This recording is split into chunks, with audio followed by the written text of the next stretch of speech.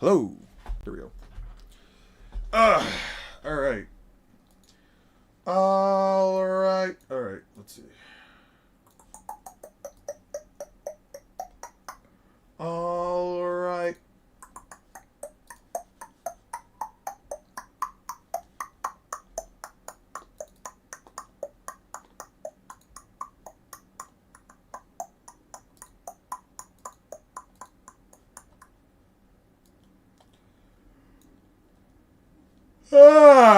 Fuck. Yeah. Alright. I gotta listen to this glazer. Who's a glazer? Am I a glazer? I don't think I'm a glazer. Glazer yap? What are you calling me a glazer for, bruh? Hey, what's up, guys?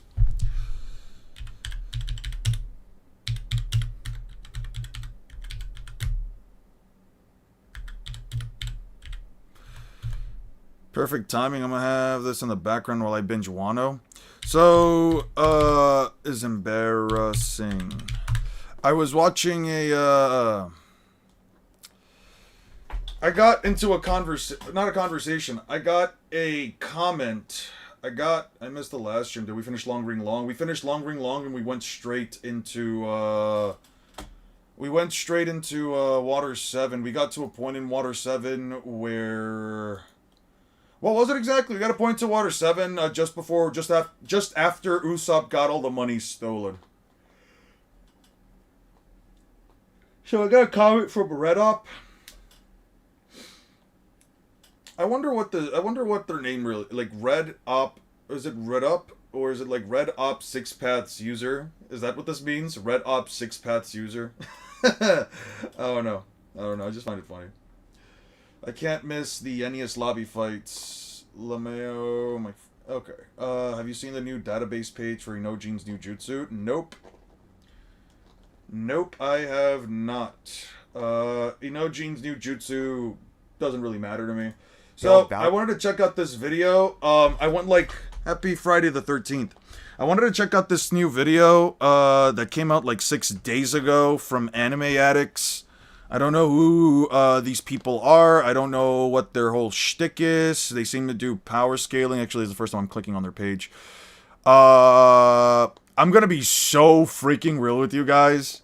Yes, I've read the new chapters. Yeah, you know what? I'm just gonna type this in right now. Yes, I have read the new Modulo and One Piece chapters. That way, I'm gonna put this up and then I'm gonna pin this. There we go. Pin message. There we go. Now, if people show up, they don't have to ask me. Or if they ask me, I don't have to keep answering. 1 second. I'm gonna go get a bottle of water. I'll be back in like 2 seconds. 2 shakes of the lamb. Is that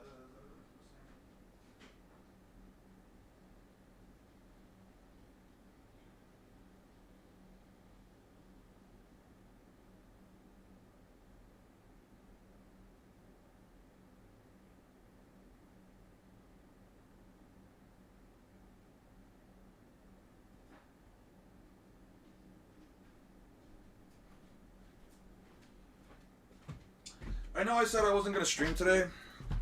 I know, I've lied to you all. I said I wasn't going to stream today, but I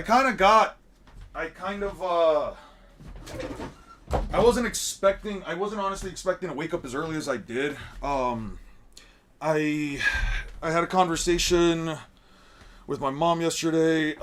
She was going to help me run some like errands I needed to run today, but she's also the type to want to get up early to do shit, so I ended up getting everything out of the way quickly. I'm not going to stream for as long as I usually do. I'll probably stop around 3 because I do need to work on something for tomorrow. But besides that, there was a comment that I got. There was a comment that I got where one of our channel members wanted me to check out this video. Nothing crazy, nothing insane. I just wanted to put it up. Honestly, I wasn't even going to plan on streaming today. I really wasn't going for it. Hey, Jake, thank you for becoming a member. Holy shit. Thank you so much. Welcome, new rookie. I don't think he's read the new chapters. Yes, I have read the new Modulo chapters. Loki is still not beating Shanks, by the way. If you think so. Okay, I kind of wanted to check out this video. I got like 22 seconds in, and I was taking. I'm gonna be honest because I was in the bathroom taking a dump, and I got this comment, and I was just checking out comments or whatever. Red Op wanted me to react to Luffy versus Naruto was embarrassing in the next stream. I was like, all right, fuck it. Let me just see what this video is all about. Sorry.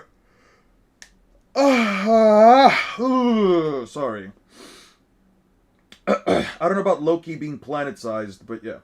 So, I ended up putting it out. I ended up, like, checking out the video, and about 22 seconds in, I had to just straight up just stop the video 22 seconds in. Let me just put it up. Luffy versus Naruto's funny, because one side has almost zero valid arguments for their goats. To do this right, we're splitting the fight into multiple... Bro, what was that? What do you mean? What was what? Multiple rounds, and building all the way up to peak Luffy versus peak Naruto. We're talking Baryon mode Naruto against the hypothetical endgame Luffy with no Gear 5 time limit and Haki comparable to Joy Boy himself. For the first matchup, we're placing Marineford Luffy against the Yo, okay, so let me just be clear about one thing. What those sounds? Oh, that was probably me just like pulling up. That was probably me just like pulling up my chair. It has like a little like extendable foothold. I think that just hit like the little table, the little like food table that I put my mic on. Hey, what's up, troll? Yo, when I when I saw this, by the way, when I saw Marineford Luffy versus One-Tailed Naruto, yo, I had to stop the video and I immediately told myself I have to stream this. I have to just watch this on stream. Dude, this shit was too fucking funny. All right. Valley of the End Naruto. Now, the common argument you'll hear for Naruto here relies on 2 points. Gear 2 is too fast, and Rubber is immune to Naruto's blunt force attacks. Yes, I would agree with that. Gear 2 Luffy would be, objectively speaking, too fast for Naruto to land. Under no amount of interpretation could you even remotely, unless you were being entirely disingenuous to One Piece speed scaling, make the argument that One-Tailed Naruto keeps up with Luffy. But is that actually true? Let's talk about speed first. Luffy's Gear 2 transformation is a physiological doping technique that speeds up his blood flow to increase his speed and attack potency. Cool. Thanks to this, Luffy was able to immediately learn and use the Soru technique of the 6 powers, which allows the user to move at superhuman speed by kicking the ground at least 10 times in the blink of an eye. And while that was most definitely impressive, especially back in Water 7 when it was first introduced, let me point out that Naruto was getting better speed feats much earlier than Luffy. Oh man. Alright. Naruto was able to completely overwhelm Haku after getting his Overwhelm Haku, yeah, landed one punch. Where do you scale Sasori? I don't fucking know, dude. Sasori has like no good destructive capacity feats. What, he took isn't there like a statement or some shit that like he took down a country? But A, we don't know what country it was. B, we don't know if that country had shinobi in there, because we know that all 5 major nations have basically the entirety of like the ninja. The country that like apparently people assume that like he took down. First of all, it doesn't equate to attack potency, but A, the country that he apparently took down, A, could have been taken down from within, and B, you're basically assuming here that the country he took down had shinobi that are on par with any of the ninjas that exist throughout any of the 5 major great nations. And even then, the 5 major great shinobi nations also have basically an entire... I don't want to say like it's a monopoly per se, because like, but they are basically the only locations with actual ninjas inside of them. They are, yeah. The puppets, like, yeah, like, what are the puppet? What am I supposed to scale the puppets to, right? His scaling Sasori's power comes from the fact that he has poison and he has sharp blades on his puppets. That's kind of it. He doesn't really have like much else. I'm gonna be honest with you. I can't tell you if he can destroy. I can't even tell you if he destroys a fucking mountain with all of his puppets. Like if all of them attack a mountain at once, they're all gonna like blow up all of them are gonna blow up a mountain. Like Sasori does not have good scaling. Your favorite character in One Piece, brother? Trafalgar Law. If we're talking non-main characters, if we're talking Straw Hats, Luffy. Gear 5 Luffy's like my favorite thing in all of One Piece. amp. That was simply unhinged. Crazy to think Loki is an Orz's size. Maybe like as an you could argue he's like Orz's size if we're talking like his ancient giant form, not if we're talking, you know, his dragon form. His dragon form is like way bigger. I mean, yeah, it is. Hey, what's up, Jaxel? Between his mirrors at what is allegedly the speed of light. And yeah. Yet, in Chapter 28, Naruto is still able to catch him. Now, of course... Yo, this dude is so fucking disingenuous. Alright. That isn't enough to scale Arc 1 Naruto to light speed because Haku's mirror jumps aren't pure light speed movement. They're more like high speed dashes between ice mirrors. Even so, between Naruto catching Haku... Yeah. He caught Lock Haku, right? Did you forget the panel where Haku flies into Naruto, but there's no mirror where he's going, therefore it cannot be light speed? Because as you just said, there are dashes between the mirrors. Haku doesn't jump from one mirror to another from his standing position at light speed. So this is already objectively wrong. Jump and Luffy using Soru, which do you think is more impressive? Moving on from there, back in the Chunin exams, Sasuke, who Naruto scales to, was already outperforming supersonic sound-based attacks. Sure. By the time Naruto enters that one-tailed mode against Sasuke at the Valley of the End, his speed had reached a point where he casually speed blitzed Curse Seal you're fine. Sasuke. What's up, Oro? Sasuke personally admitted that he couldn't keep up, which is also why he had to evolve his Sharingan to 3 Tomoe. But even Sasuke's 3 Tomoe Sharingan, which is designed to predict movement based on muscle... Yeah, you could say that the third was the strongest, but Gaara at the time wasn't even remotely close to being as powerful as he was, let's say, like, within the context of the war. But even if you wanted to say that he was, I mean... That's mostly coming from, like, the Iron Sand. Either way, where does Gaara scale? Where does Gaara scale without... Because, like, Gaara has the Shukaku, right? If I'm supposed to believe that this guy is, like, above a Shukaku... Like, the third Kazekage was able to, like, stop the Shukaku. Because we know that the fourth Kazekage, at the very least, had gold sand, which was heavier than regular sand, which was what he used to, like, hold down the Shukaku. You can honestly just argue that the iron sand is also heavier than regular sand. It's what he also used. It's not necessarily a metric of, like, actual attack potency. And even then, most of Gaara's jutsu don't exactly scale to the Shukaku's tailed beast bomb either. So, again, the scaling just isn't consistent. I did see Steinixos' video. I agree with his take more often. Tension was unable to keep up with Naruto, and he had to evolve his Curse Seal too. Though this was partly because of Naruto's feral movements, where the chakra cloak was moving independently of Naruto's actual limbs, which is actually another good point because when it comes to the verdict on speed, Luffy's linear movements in Gear 2 is too straightforward. Naruto's cloak, on the other hand, creates unpredictable multi-vectored attacks that move at speeds that are comparable at worst, if not outright superior. Ultimately, Naruto wins the speed exchange here. Yo, this dude's argument's terrible. Naruto wins an speed exchange, but what's the reason? You haven't given us an actual scale. You went straight to Marineford Luffy, but you didn't... I want you guys to go back here. Look at what this dude says. Anime Addict, if he ever sees this... Listen, I'm gonna be honest with you. I don't respect the scaling right here. And I don't respect it for one specific reason. You're saying Marineford Luffy, but you're not using any Marineford feats.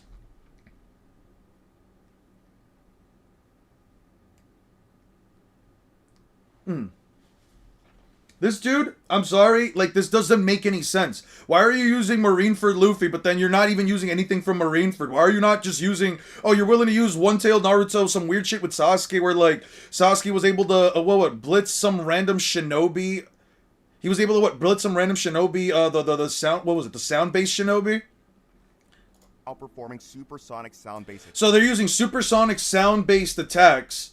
And you're out here saying that he scales above Luffy, who has objective light speed scaling by... like, technically speaking, long ring long. Yeah, sure. That are comparable at worst, if not outright superior. Ultimately, Naruto wins the speed exchange here. Next, let's address what I call the blunt force fallacy. It wasn't necessary. I was going to actually take the day off, because I didn't think I was going to be up as early as I did. My mom, after I got off stream, I was having a chat with her while we were watching Kitchen Nightmares. Has the best main cast design. Which Naruto arc? Just throw in War Arc. It has, like, everybody in it. I would probably say, though, I would probably say the Pain arc, only because I do like Sage Naruto's cloak. And I do fuck with Pain's design overall. But, there was, I basically spoke to my mom yesterday where we were watching some Kitchen Nightmare, and, she said that we had to be up, like, extra early today, so I had to be up by, like, 8. I got everything that I had to do today out of the way. So, I was like, fuck it. Let me stream for at least, like, an hour and a half. Maybe like 2 hours, because I do have to work on something for Valentine's Day. This is the myth that Luffy is immune to attacks like the Rasengan just because he's made of rubber, but it fundamentally misunderstands the How big is Loki? Big. I know that's not like a very inept answer. Honestly, the last is up there in terms of drip. I like Naruto's the last drip. Not everybody else really has the best drip, if I'm gonna be honest. I don't know. I don't fuck with everybody else's drip. I don't know why. I like Naruto's drip, though. I like the black jacket with the... I like the all-black jacket with the new headband that he got. Sage Naruto Loki has more drip than KCM2 and Six Pats Naruto. Yeah, I think so, too. The red cloak with the flame pattern on top of the orange jumpsuit is a classic. I'm not gonna lie. I think Dragon Loki's as big as a Naruto planet. Okay, that might be a little too big. I'm gonna be honest. He's not that big either. Physics of how a Rasengan works. See, the Rasengan is not about blunt force, not even close. It's a grinding, rotating sphere of contained turbulence. Okay. Think back to... But it doesn't rip people apart. It doesn't rip people apart, though. Unless you're using, like, the massive Rasengan, maybe. When Jiraiya first explained it, he showed that it grinds into the target and causes severe internal rotation. Right. See this confirmed during the iconic rooftop fight between Naruto and Sasuke. When that was... Then why didn't it grind away at this steel? Alright, then why didn't it grind away at this? It dented it inwards. It did do that. It didn't grind away at it. It didn't rip it up. There are no signs of scratches. So I don't think, even if you wanted to say that it's a grinding motion, I don't think it's the type of grinding motion that also rips things to shreds. Water tank, Sasuke starts grinning because his Chidori did more damage to the front, but then he notices the back of the tank and is completely flabbergasted. As it turns out, Naruto's Rasengan completely shredded the back of the tank by displacing the water through violent rotation. And that displacing the water through violent rotation? You could just say it literally popped it from the back because of the built-up pressure. It was pretty cool. I didn't really care about the scaling end of it. I mostly cared about the parents and the family members of the giant kids essentially grabbing onto their children while having thorns literally pierce through their bodies. I thought that was an extremely sweet moment. Exactly why it makes Luffy's rubber irrelevant. You see, rubber is great at handling compression, like a standard punch, but it is incredibly weak against torque and shearing force. It's weak against torque and shearing force. A Rasengan is simply going to grab the rubber of his skin and twist it until it rips.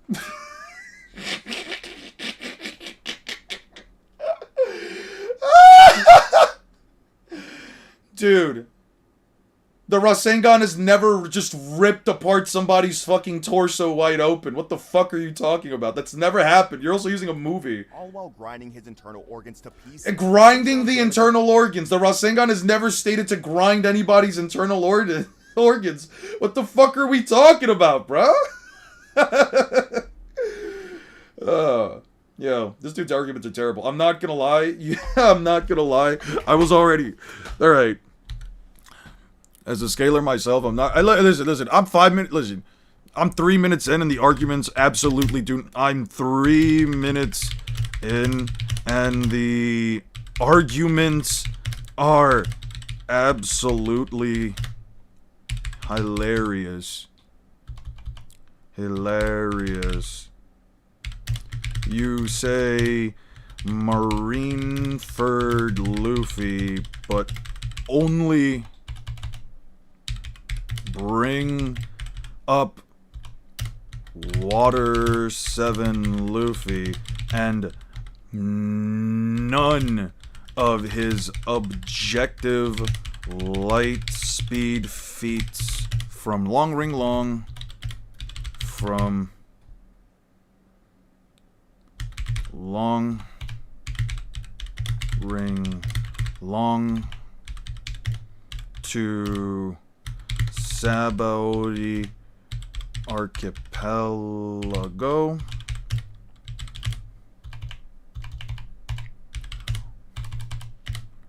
or even Marineford. You say Sasuke is blissed.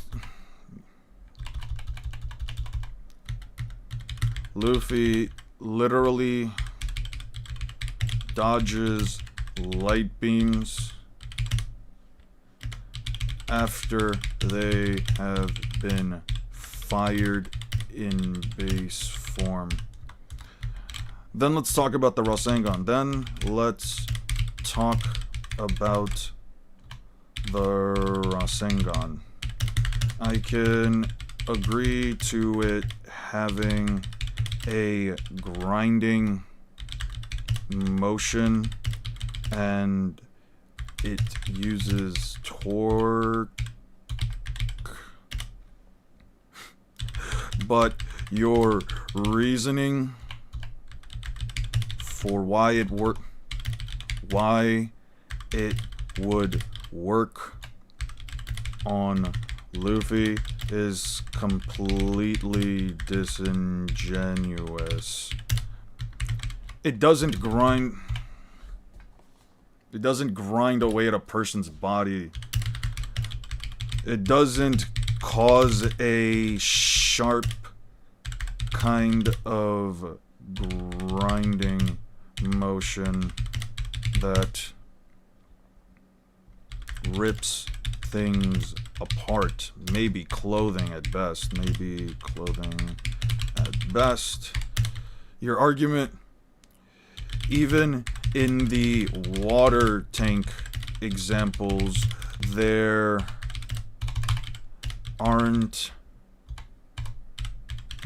any scratch marks that imply your claim, and you can argue the water shot out from the other side because of the built-up pressure. You're arguing that Luffy's organs would be grinded to shreds.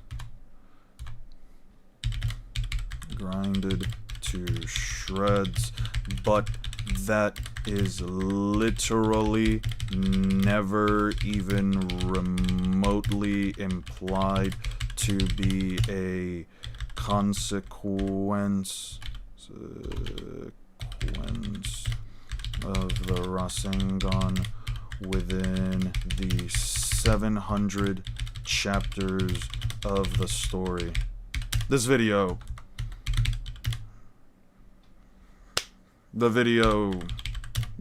does not have the video just doesn't have good arguments. You've given Naruto literally every single benefit of doubt and downplayed Luffy at every turn. Gave Naruto every benefit of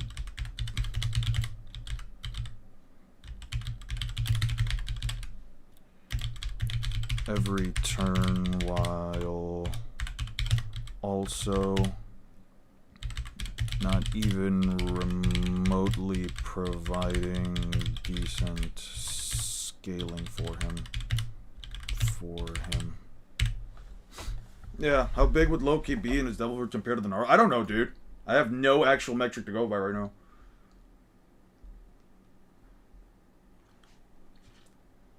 Not get my attention before the whole FTL thing. Okay. Always been Luffy's Achilles heel. Just think back to how badly Lucci's Six King pistol hurt Luffy with its internal impact in chapter 425. Yeah. Rasengan is like that, but exponentially worse. Why? Why is it exponentially worse? Basically designed to take perfect advantage of Luffy's Achilles heel. But wait, it actually... What is Luffy's Achilles heel? It's not pleasant to look at. Everything is so chaotic you can't even see properly. Gets worse for Luffy when you consider the numbers. In part 1, Naruto can summon thousands of shadow clones. 1,000. He can summon 1,000. Let's not say he can summon thousands. Let's not be disingenuous. And remember, unlike the fodder... So I can make an assumption, I think. I mean, you can make an assumption of how... Anyone here can make an assumption of how big they think Loki is, dude. Anybody here can do that. You don't need me to make the assumption. I don't really care what the size scale you guys give him is. I'm just telling you that, like, I have nothing to really base Loki's size off of because I don't have any direct numbers to go off of. Well, with Luffy in every major fight, he dropped devil fruits with his opponent. Dude, that's such a crazy... Dude, that is such a crazy hypothetical question. I don't even want to tackle that. I mean, he would beat Crocodile off of a first go at it just because he would have... What is it? He would have the Sand Fruit over Crocodile. He could easily beat Crocodile in their first fight. If we're talking Buggy, I mean... Chop Fruit. I don't know how that really helps out Luffy, but he can at least, like, send his punches flying at Buggy. I guess he doesn't really beat Buggy all that well, then. Because he's into Rover. You don't need to blunt force trauma. Maybe Luffy would have to be a swordsman for that fight. Probably have to leave it to Zoro. I don't know if Sanji will. Enemies you see in One Piece, these clones are relative to Naruto's own strength. No, they're not! No, they're not. No, they're not. You also said... Edit. You also said Naruto's 1,000 clones. 1,000 clones in part 1 are as powerful as he is, even though we know for a fact the more clones one makes, the lower quality they'll be. I genuinely believe you haven't actually read One Piece. I genuinely believe you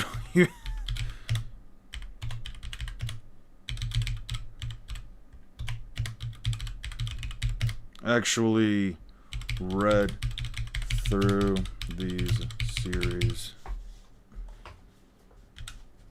Yeah, I don't think they read this. Clones do not vary in durability, bro. These clones do not vary in durability. These clones will all pop in one hit. Strength, which means Luffy can't easily one-shot them like... I don't think so. You could probably argue that Luffy's durability shoots up very high because of it. You might be able to tank a single Thunder Bagua. I don't know.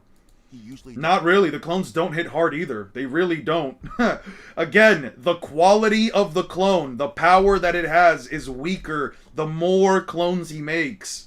I don't believe a clone. I don't believe 1 out of 1,000 clone is going to do as much damage with like a Rasengan as 1 out of 4 clones.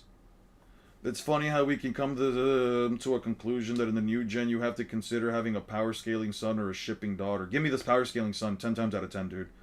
Give me a power scaling son 10 times out of 10. From the shit I've seen from from shipping motherfuckers.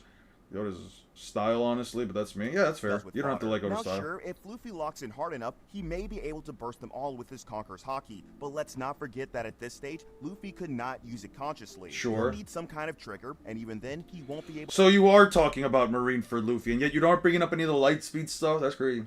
to use it multiple times. Naruto, on the other hand... Yeah, but Neji's punches and attacks don't actually do that much damage. Yeah. And guess what? That wasn't 1 out of 1,000 clones, A. That wasn't 1 out of 1,000 clones, A. And B, the Gentle Fist is not designed to actually do heavy physical damage to the person's outer surface. That's why it's called Gentle. The Gentle Fist usually comes from light tapping. Hand, especially thanks to the chakra leaking out from the Nine Tails, can just keep spamming Shadow Clones and simply overwhelm Luffy's ability to dodge. Consider the math here. If Naruto Shadow Clones and simply overwhelm Luffy's ability to dodge. It's crazy you're using Marineford fucking feats. It's crazy that you're using a Marineford clip and you don't have the one where he dodges a beam of light and base, dude. Come on. Consider the math here. If Naruto spawns 8,000 clones and 90% of them jump him while the other 10% bring out the Rasengan, the only thing Luffy gets in that situation is a massive L. No, he doesn't. He literally hits he literally hits the 900 clones with a Gum whip. All of them pop from the force of that kick. Your opinion on Dragon Ball Super? I like Dragon Ball Super just because it's not Dragon Ball Z. And not to say that Dragon Ball Z is bad or anything, it's not to say that it's worse. It's just to say that I am sick and tired of having to see the Majin Buu saga, the Cell saga, and the Frieza saga. Every single time I have to go through those fuck-ass sagas again, I roll my eyes because we've gone through them a billion fucking times. The simple reason why I like Super is because it's something new. It is quite literally just new Dragon Ball. I don't care if the writing is worse in some cases. I don't care if if the art style or the animation can be terrible at times, it was something new when it was coming out. It's probably worse though than OGZ, but you can just do whatever we want, right? You can just I don't know, man. I think Super's fine, especially with the Ultra Instinct stuff. It's definitely more interesting. After a while, it just disrupts the flow of chakra. Just claws it. Yeah. Plus, unlike Naruto's unholy chakra reserves, Luffy's Gear 2 is eventually going to wear him out and leave. Gear 2! Then there are Rasengan. The only thing Luffy gets in that situation is What did he a say? massive L. Plus, unlike Naruto's unholy chakra reserves, Luffy's Gear 2 is eventually... Yo, why are you using bro? I'm saying the Rasengan won't work on Luffy's body when the second part of Naruto's Rasengan involves popping a rubber balloon. Does anyone actually watch or read these series? I think you haven't. You missed the point of that training was to show the Rasengan control needed to form a Rasengan by using water inside a balloon to rotate the water without bursting the balloon. High pressure rubber ball. There's no way we're comparing Luffy's elasticity to that. You're talking to someone else or me. What Onigashima feat did that's even continental? Punching Kaido in magma under Wano. One Piece fans are delusional. Emu using an ancient weapon to destroy a kingdom on an island. Whitebeard tilting the island and the water near it using his devil fruit, which Sengoku said could destroy the world. But the attack name literally says Shima Urashi, literally translating to island shaking. Yeah, because he's targeting the island. Luffy punching Kaido down a magma chamber under Wano. Aokiji changing the climate, so I don't know where they got these continental feats from. Yeah, okay. Yeah, people don't. Which art style do you prefer, Naruto's or one? I prefer Naruto's, if I have to be honest. Going to wear him out and leave him gassed. Then there are also other factors like Naruto being able to summon Gamabunta, who can use the water release technique Yo! Yeah, there's no fucking way. I mean, yeah, I guess he could summon Gamabunta, right? Yeah, summoning Gamabunta is a thing. It is a thing that they're allowed to do, right? Yeah, Gamabunta, right? Yeah, Gamabunta. Yo, Gamabunta, yeah. Yeah, Gamabunta is so threatening, man. Gamabunta is such a threatening force. Shot. This fires a humongous pressurized bullet of water that, if it hits Luffy, will most definitely mimic the energy. Yeah, tell me when the gentle fist. Tell me when just regular gentle fist tapping breaks through a boulder, and not an air palm. Do we unironically have 70 level feats for part? No, we don't. Get him past Alabasta Robin. Gege being a better writer than Kishimoto is fucking hilarious. I would say in some areas Gege would probably be better. At least in terms of like writing. That has reminded me of the Straw Hats vs. Tanjiro video you reacted to a year and a half ago when I was sick, except the opponent is slightly more reasonable.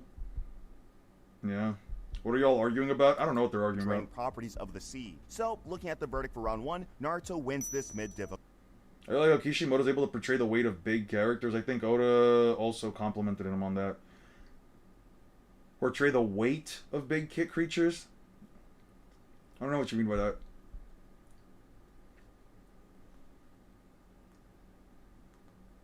Difficulty. Luffy's Gear 2 speed is not enough to give him the edge. The Rasengan has highly mimicked the energy draining Yo, come on, man. Properties of the sea. So, looking at the verdict for round 1, Naruto wins this mid-difficulty.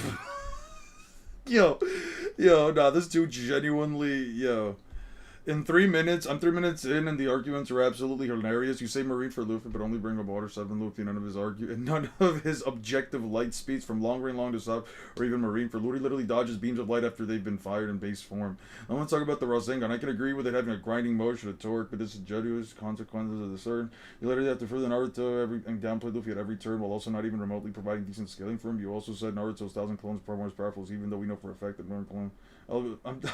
I genuinely believe you haven't actually read this here. Let me see what else other people have written. Didn't even mention the effects of the Rasen Shuriken. Great breakdown. The Rasengan was on point. People really misunderstand how it works. Bro, Luffy doesn't stand a chance against Naruto's Tog no Jutsu. Like, let's be real here. This might be better scaling, even though I haven't watched One Piece, but my friend also says things here to scale Luffy against Naruto. Why do you change your voice so much? I used to lean on Luffy due to others not explaining very well their statements, but seeing your argument improve, you changed my mind. I hate to admit this. Oh, if that changed, if that changed your mind, dude, I don't know. I don't know. I feel like you just have to say things. There was a regular. These are flying. Let me see.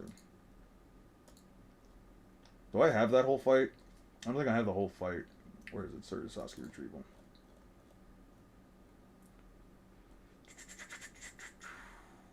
Kibo was the last one, right?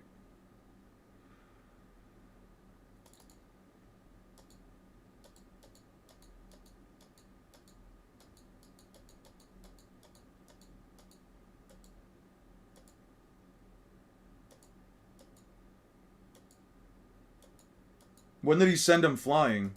When did he send this dude flying? When did he send this dude flying, dude?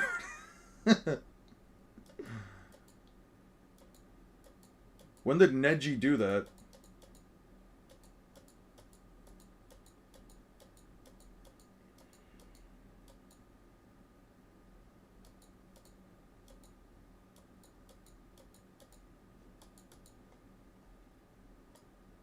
Does it from his response better? I can accurately use kunais once they are within 50-meter radius.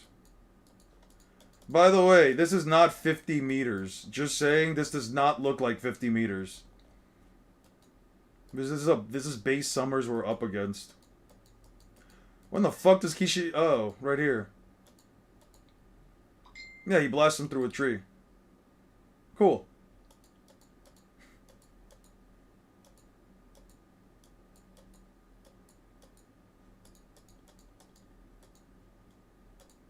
Yeah. The best feat here is that he blasts him right through a tree. That's a part 1 Naruto feat. Reminds me of 2022 Annie talk when they talk about some Naruto and Luffy would eat ramen together. Like, actually shut the fuck up, yeah. Will like each other? Yeah, they would like each other. I think they would be good friends. Luffy's beyond light speed, even during the Davy back fight against Foxy. That's according to Oda himself and therefore fact. This comes from the SBS Oda questions when Ordinary Beams is made of photons, which technically means it travels at light. Which SBS Q&A does he say that? Or is he talking about the NL one? With that said, Luffy, only tomorrow is love day. Hope everybody has a good day. Thank you, Jeff. Thank you so much, dude. Everybody, can we get some W's for Jeff? And since we didn't get one for Jake earlier, can we also get one for Jake? Jake signed up as a rookie earlier in the stream. You like the Naruto anime? I think it's fine. I think the Naruto anime's fine. I think it just has a lot of filler. Fuck Love Day. I wait. Money Day. Alright. That's fine. If you want Money Day, that's fine. Peter's all about that money. You gotta respect that. I mean, hey, listen. Not everybody's about the love shit. Some people just like money. I can respect that. Shit. With that said, Luffy only improves and surpasses himself many times over, gears, etc., improving as well. So he's plenty times faster than the light. So by the time you get to the time skip, he's way above many times over the account. How many arcs he improves across bases. You can keep up. You know, you can multiply gear 2 or Snake Man, and he's way too fast to even consider his past arcs now. Yeah, what did somebody see here? So is Naruto. No, the fuck he's not. Because that'd be verbatim. Lightspeed, how can you say he isn't? What's his downplay? Probably to keep the One Piece fans from crashing out. Then the creators, when I see versus battles, then the creators glazing the other side, you can already tell which side they favor. Remember, I'm an OG and your mom, can bend literally anything. I want to start off with things I did like about this video. I like the editing, the show of evidence, and you back up your claims. They really weren't backing anything up, though. You skipped over your characters who are weaker and slower. Luffy being a lightning timer. Drake, thank you so much for the 8. Thank you so much for the 8 months. Guys, can we get some W's for Drake as well? Is the feat of Tamari uprooting trees in her fight with Shikamaru anime only? I don't know about her uprooting trees. It might be anime only. I'm pretty sure Yita got the multi-solar system argument. Mutuals, yeah. Spend my weekend watching shoujo and watching love movies, my favorite pastime. Nice. Bro, you hate Bleach characters? I do hate Bleach. I do not think Bleach is a well-written manga. No, yes, that is 100% true. I do not believe it in the slightest bit. What's up, Bob? Bob Steve. What's up, man? Okay, you also said Naruto can continue to fight with Chakra Claw. Would it stated that it drains his stab and it starts killing him after a certain point?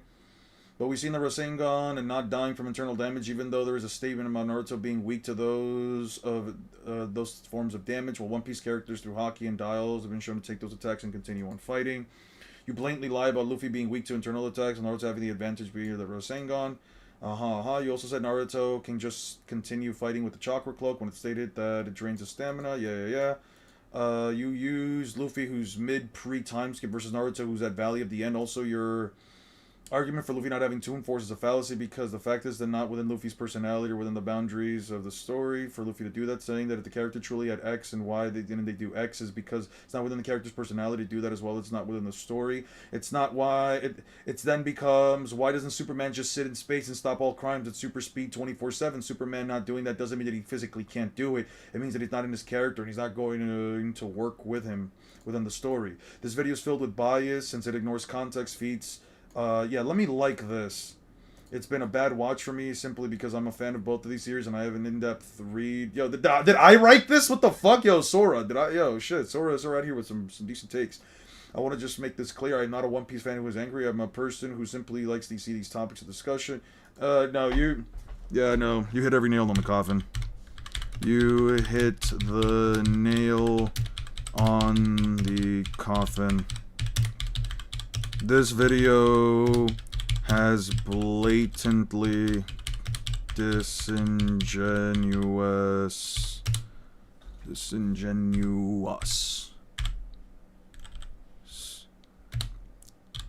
scaling. You can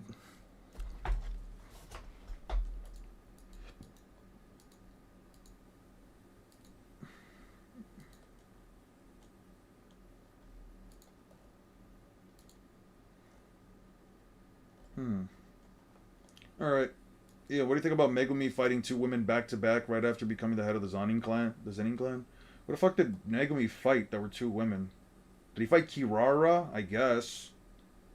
Where else did he fight? I don't recall. Luffy's Gear 2 speed is not enough to give him the edge. The Rasengan has higher attack potency than any of Luffy's brute force attacks, and Naruto simply has too much clutch options like the Nine-Tails Chakra and Gamabunta. Now, moving into round 2, we hit the post-time skip era, and this is where things get more complicated. We're pitting Gear 5 Luffy against 6 paths. We're just jumping straight into it. Holy fuck. End of the war. This is what I call the scaling. Kirara and Rumi? I don't remember who Rumi is, but sure. Nail on the head, not the coffin. You hit the nail on the head. Ah. Well. Thanks for that. How the fuck did I not know that? I guess I forgot it. No time skip matchup? Yeah. Crazy. Sound like Doflamingo for a second there? Did I? Did I sound like Doflamingo? Don Quixote Doflamingo. Cliff, because this is the point where the side with no case starts to slide into irrelevance. The fact is, the gap in scaling becomes too massive to lowball. Sure. The entire argument for Luffy rests on Gear 5 and this concept of Toon Force. But is no, that doesn't. true? Will Toon Force actually allow him to clutch a W? The answer is no. Toon Force is way overhyped in these debates. Gear 5 doesn't actually give Luffy the power of imagination or reality warping abilities. Sure. I mean, come on, he isn't Grimmy from Bleach. If he can actually do what Luffy scalers think he can do, why didn't we see him unimagine the 5 elders out of existence back in... my favorite argument. Why didn't the character use X ability to prove that they can do Y? Yeah, you gotta love those. You gotta fucking love those. See, the whole power of imagination discourse is flawed. What Gear 5 actually does is allow Luffy to rubberize his environment and his targets. I agree with that. Into rubber to reflect attacks, or turn his opponent into rubber so they can't hurt him. He's basically just applying... No, he's turning his opponents to rubber so that he can physically manipulate them. He can malleably manipulate them. When he turns somebody into rubber, it's not so that they can't physically hurt him back. It's so that he can literally manipulate them. That's what I'm saying. Why didn't Luffy snap his fingers to wipe them out? Why didn't Goku just blow up the Earth? If Goku can blow up the Earth, why doesn't he just blow up the Earth? That's what I'm saying, man. Why don't they just do that? Like, I mean, come on now. Why is Naruto planetary? Why wouldn't Naruto if Naruto was truly planetary, why doesn't he just blow up the planet? Oh, because he doesn't want to. If the Raikage was really light speed, why doesn't he just go to the Shinobi Alliance at light speed instead of using a teleportation jutsu? If Tsunade was really light speed, why didn't she do that?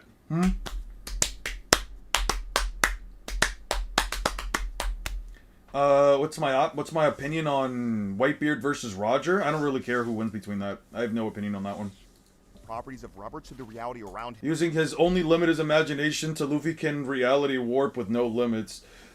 No, I mean, I don't know. We know what exactly he's trying to do. He's saying, well, listen, I don't agree with it. Listen, I don't like the idea of, like, Luffy having Toon Force. I don't really care for, like, the idea of people saying that Luffy has Toon Force. This is just one of those arguments that, like, we're just gonna have to agree to disagree because, I mean, I don't care for the concept of Toon Force in general. I feel like it's one of those, like, arguments that people try to bring up that's like, if a character has Toon Force, they're just an automatic W against every single verse, no matter what the context of the story is or what happens. Oh, the character has Toon Force, they automatically win. He's coming from the perspective that if Luffy really did have Toon Force, if Luffy really had the powers over imagination and all that stuff, then he could, like you said, he could simply warp reality with no limits. But that's not the case. If you were, I can agree to the concept of Luffy having Toon Force. I can agree to the concept of it, but it has to be within the context of the story. Luffy doesn't just, like, make shit out of nowhere or manipulate reality or pull black holes out of nowhere or just paint the fucking screen a certain color so that the opponent can't... Like, Luffy doesn't do that kind of shit. It's all within the context of his rubber abilities. Him. He can't do actual reality manipulation like being able to erase concepts, create things, or stop time. And he definitely can't negate existence erasure, which I want you to keep in mind because it'll be relevant in a couple of minutes. Anyway, having established what Gear 5 can and can't do, let's start with the big one, the light speed debate. You've probably heard fans argue that Luffy has been faster than light since the time skip because he dodged those pacifista lasers at Sabaody. But if we take a second to actually analyze the manga, it's pretty clear that this is just aim dodging. Luffy uses observation. How could it be aim dodging when he doesn't even move out of the way first? Haki to sense the intent before the lasers even fired. He calls it slow because he already knows exactly where the shot is going to land. That's reaction speed boosted by observation Haki, not his actual physical movement speed. Of course, that doesn't make it any less relevant, but it does change how you see base Luffy's speed. Think about it. If Luffy could truly move at the speed of light, he wouldn't be getting mogged by Gazelle Man. I mean...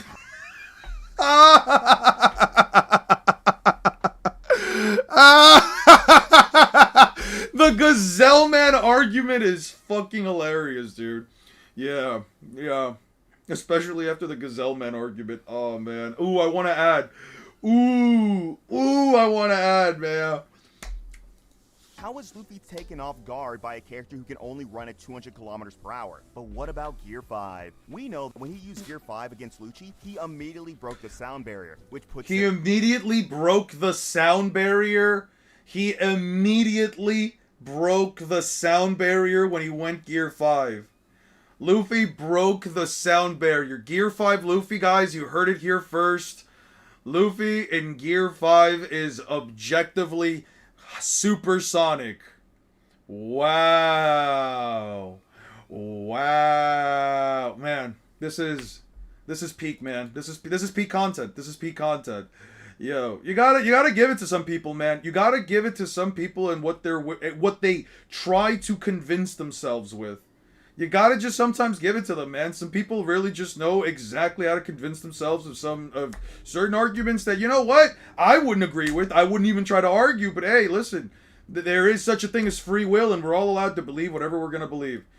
He's getting blitzed by Poison Muzan. Yeah, no, Luffy is absolutely getting blitzed by Poison Muzan. Nami, who reacted to a bolt of lightning, man, you know what? That's just fucking glaze. Nami can't actually react to a bolt of lightning. That lightning bolt is slower than sound. Did you guys know that lightning bolts in One Piece are slower than sound? Did you guys know that, like, in Long Ring Long, Foxy's light beams that are shot from his hand, you know, the beams of light that are stated to be beams of light that have photons in them. You know which ones I'm talking about, right? The beams of light that come from a guy who can shoot beams of light, right? Yeah. Did you guys know that, like, Foxy the pirate and Luffy, like, they just have the capacity, like, these beams of light that shoot photon, that reflect off of mirrors, these objective light beams. Yeah. They're slower than the speed of sound. Did you guys know that? Did you guys know that when Foxy shot a slow beam at Luffy and he blitzed him from behind? Yeah. It was honestly slower than the speed of sound. Yeah, they're confusing movement speed and travel speed. Yeah. They're confusing. Yeah, we're confusing. All of this, by the way, all of this isn't even combat speed or movement speed or reaction speed. All of this is static speed. All of this is just the speed at which the characters just stand still. Nobody can move that fast in One Piece. It's just not possible, right? Who would ever believe that a series this goofy is that fucking fast? Oh man, the beam of light that reflects off of a mirror behind him. Oh yeah, Luffy didn't dodge that. No. This is actually Luffy dodging. He slipped on a banana. We just didn't see it off screen. Luffy literally slips on a banana. Why do you think he's like this right now? That's crazy. What's your opinion on Yuji's power? It's cool. I like Yuji's ability. You're asking me very basic questions. This is wrong. SV ranking. You're asking me a very basic question. I'm tired of hearing aim dodges. If Oda doesn't show us, it doesn't matter if the attack is coming from. You can react to it. You can't react to the Luffy versus the Boa sisters or Renell versus Luffy. Yeah. It's called the slow beam, so it has to be slow. Yeah, I mean, it has to be a slow beam. It probably travels at like... You know what? It probably travels at like 50 miles an hour. The slow beam is probably an attack that only travels at like 50 miles an hour. I'm gonna be honest with you. Yeah. Them at supersonic speed. Then he fought evenly against Kizaru, who can move at the speed of light. So doesn't that mean Luffy scales to light speed too? That is actually a good point. Even though the power scaling community hesitate to put Luffy in the light speed tier, we did see him blitz several of Kizaru's light speed clones with Dawn Stamp. In their fight, he held the upper hand in close combat to the point where he was able to blitz Kizaru with his White Star gun. Of course, we have to factor in future sight, observation haki, and the fact that Kizaru was distracted by Vega's combat to the point where he was able to blitz Kizaru gun. Of course, we have to factor in future sight, observation haki, and the fact that Kizaru was distracted by Vegapunk, which the point stands, thanks to Gear 5 and future sight, Luffy can replicate lightspeed movements. Next, what about Naruto? Can we... Dude, this guy is so fucking disingenuous, it's not even funny. Man. Say the same about him. Let's go through 6 paths Naruto's feet and see how they stack up. First off, he was able to intercept Madara's truth-seeking orb and evade a Limbo clone. Intercepting that orb while it was flying in to kill Might Guy is impressive enough, but the Limbo feat is on another level. Let me explain why this is more impressive than Luffy keeping up with Kizaru. Limbo clones exist in a parallel dimension. They are invisible and intangible to anyone without 6 paths chakra. They move at the same speed as Madara, who is arguably the fastest being in the Naruto world at that point in time, and could use light speed attacks like Storm Release Light Fang. Yet, Naruto evaded one mid-attack. He was literally about to fire a lava-style shuriken at Madara when a Limbo clone appeared right behind him, and Naruto sensed and evaded it perfectly. To put it as simply as possible, Luffy's future sight and... Sorry, I was focused so much on like the actual slapping, I didn't listen to any of that. What was he saying? Madara's truth-seeking orb and evade a Limbo clone. Is he hand boning? I'm not hand boning. I was trying to play the drums of liberation on my thighs. I was trying to play the drums of liberation song on my thighs. Intercepting that orb while it was flying in to kill Might Guy. Okay, you guys want to know how fast those orbs are? SpongeBob, big guy, pants okay. Big guy, SpongeBob, big guy, pants okay. Light Fang is light speed and he barely dodged it. Part 1 Naruto is FTL. Let me see. Yeah. These TSO are super duper fast. Is impressive enough, but the Limbo feat... But okay, but you're saying it's impressive, but how fast is the TSO? Explain that to me. Tell me right now, how fast is the TSO? Don't just say, oh, it's an impressive feat. Yeah, sure, it's impressive. I don't give a fuck if it's impressive. What? How fast are the TSO? How fast are they? How fast are they? Come on now. Answer my question. Because last time I checked, Madara, who's closer to Guy, Madara Uchiha, who is closer to Might Guy, is capable of throwing a TSO at him, and Kakashi's kunai throw is unironically faster. I was thinking of the hand boning from the first SpongeBob movie. I don't know. I don't remember the hand boning part in the first SpongeBob movie. Loki is too much for Naruto. Maybe if you paid more attention other than that, it'd make more sense to you. I mean, but his argument doesn't really... What does it mean? What is his argument trying to say? Oh, it's you! You're the guy that doesn't like me telling you the truth. Huh. You're the guy that doesn't like people saying that Naruto loses. What are you doing here? Are you ready? Are you here to listen to this guy's bullshit? feat is on another level. Why is it on another level? This is more impressive than Luffy keeping up with Kizaru.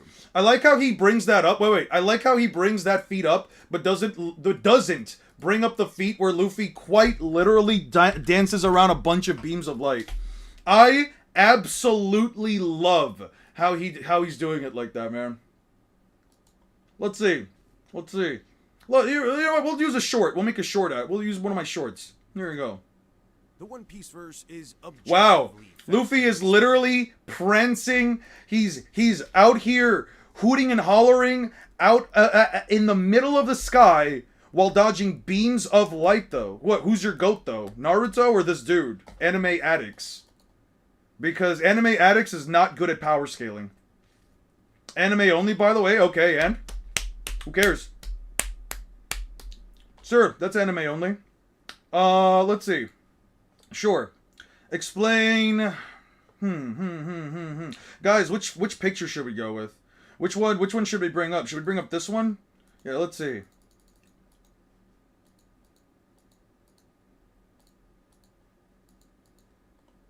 Let's see. Oh, look at that. Luffy dodged the beam of light. Oh, look at that. Luffy dodged the beam of light. Can we leave it at that? Nope. Right here. Why are we leaving it at that? Nope. We're not going to leave it at that. Tell me, why is this feat not light speed then? Because that's a light speed feat right there. Literally, shoots a beam of light at Luffy, blitzes right behind him, punches him from behind. Limo clones exist in a parallel dimension. Cool. They What are about that? invisible and intangible to anyone without Six Paths chakra. Cool. They move at the same speed as Madara, Cool. who was arguably the fastest being in the Naruto world at that point in time, Okay. and could use light speed attacks like Storm Release Light. Cool. How fast is Madara? Because you're saying that he's the fastest character in Naruto, yet his fastest quantifiable attack is only light speed. Fang. Yet, Naruto evaded one mid-attack. He was literally about to fire a lava-style shuriken at Madara. Look at the light when a fang? Limo Yeah, clone- look at the beam of light. Look at the beam of light that Luffy dodges before ever unlocking second gear.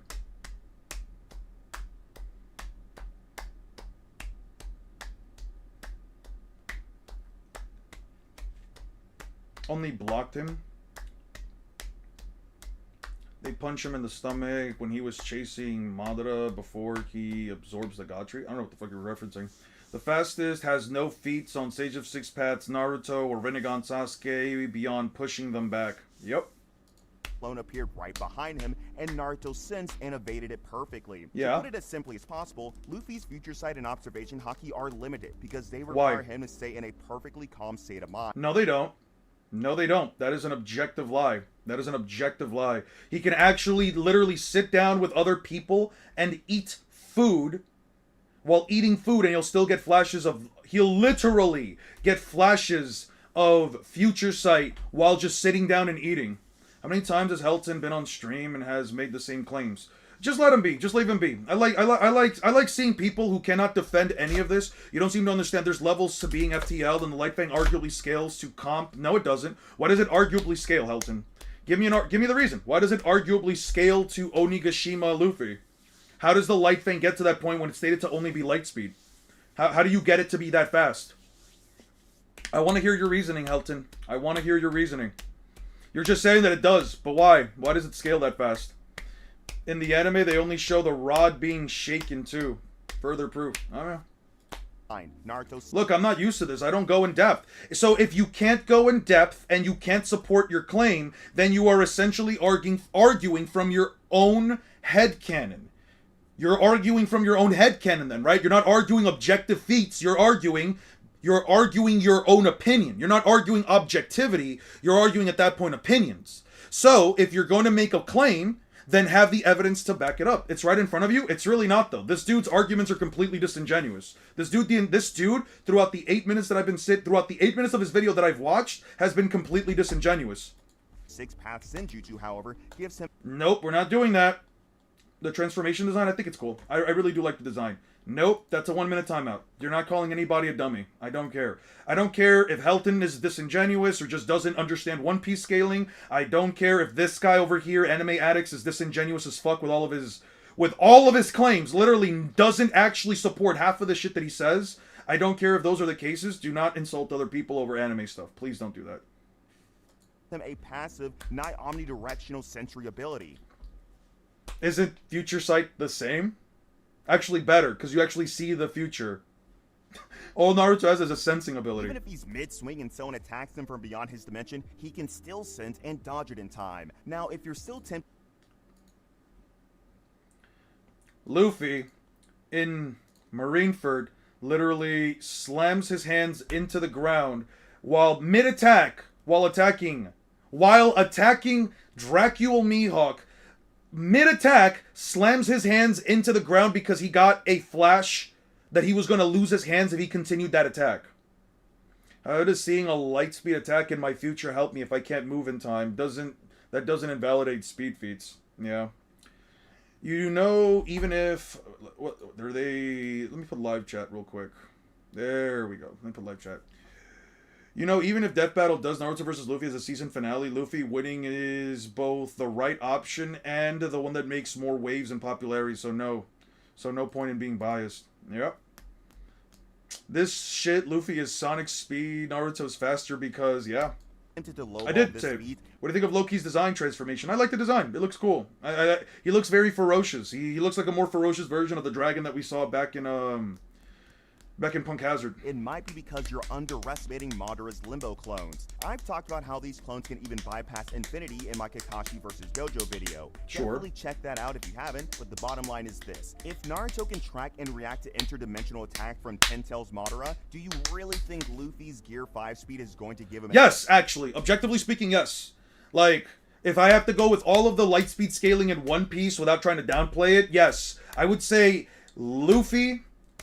You are aware no one in One Piece has a counter to the TSO? Yes, they do. Yes, they do, actually. Quite easily, actually. Here, let me actually pull up let me pull up the picture for you. Let me pull up the actual picture for you. Here you go. They do though. Oh, don't tell me I don't have it. God damn, I don't have it. All right, I have to pull it up real quick. Give me 1 second. Color 163. I don't care about that one. Here you go. There you go. That's the counter to TSO. Right there. I don't know, kind of looks too much like a dragon in Punk Hazard. I wish it was more unique with how much it was built up. I mean, it kind of implies that there are two types of dragons in the One Piece world. A more Western-like dragon with wings, with 4 legs and wings, and then the more traditional Asian-style dragon that has a extremely long body. I kind of like it. Like, if there had to be, like, 2 dragon fruits, I'm glad that it takes appearance of, like, both types of, like, Eastern and Western dragons. Floating dodgeballs that attack more as blunt objects than erase anything not Edo. There. That's what counters TSO. He doesn't even need to punch them. And we know for a fact that physical force, we know for a fact that raw physical strength breaks TSOs. So there you go. Here, you don't believe me? Here, I'll even do you a favor here. I'll even do you the favor. I'll look this up for you. Look at that. Raw physical strength. Well, I mean, they can't get caught off guard by it. What are you talking about, get caught off guard? How can he ever even remotely catch them off guard when a TSO is slower than Kakashi's kunai throw speed?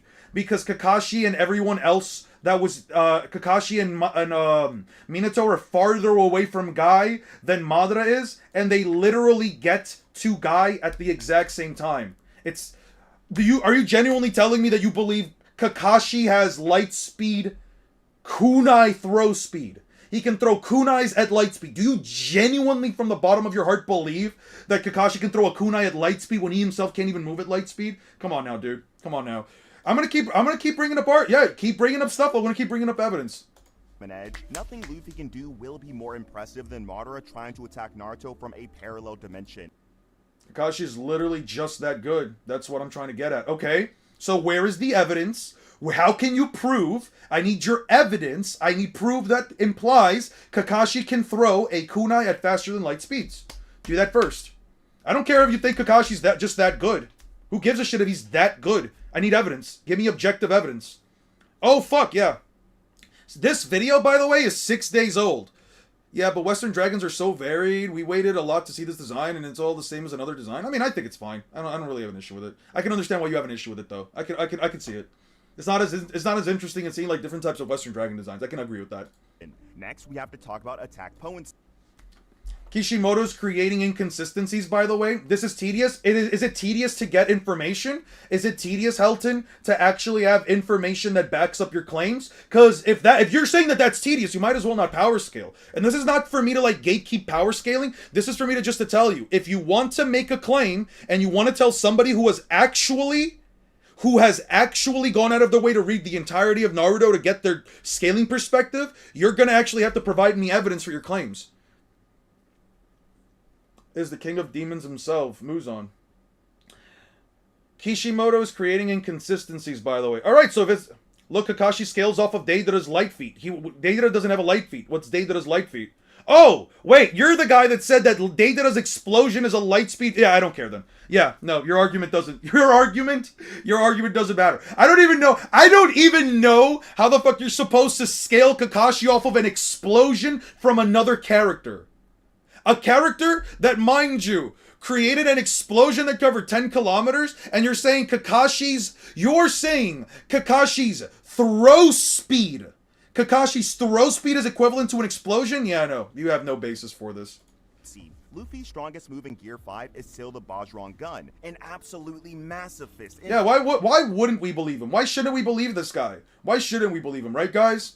You know what? You're right. I'm being a little too mean. I'm out here hoping that the person I am talking to provides evidence for me. But you're right. I should just believe what they say, right? Because otherwise I'm just being mean. Who said Kakashi throw speed is light speed and Deidara's explosion speed is light speed? Helton, right here. This guy, right here, right here, right here. This guy right here. The guy I'm covering with my mouse. This guy? Yeah, they say that Deidara's C0 explosion because of the color of the manga. Because in the manga, the explosion looks like...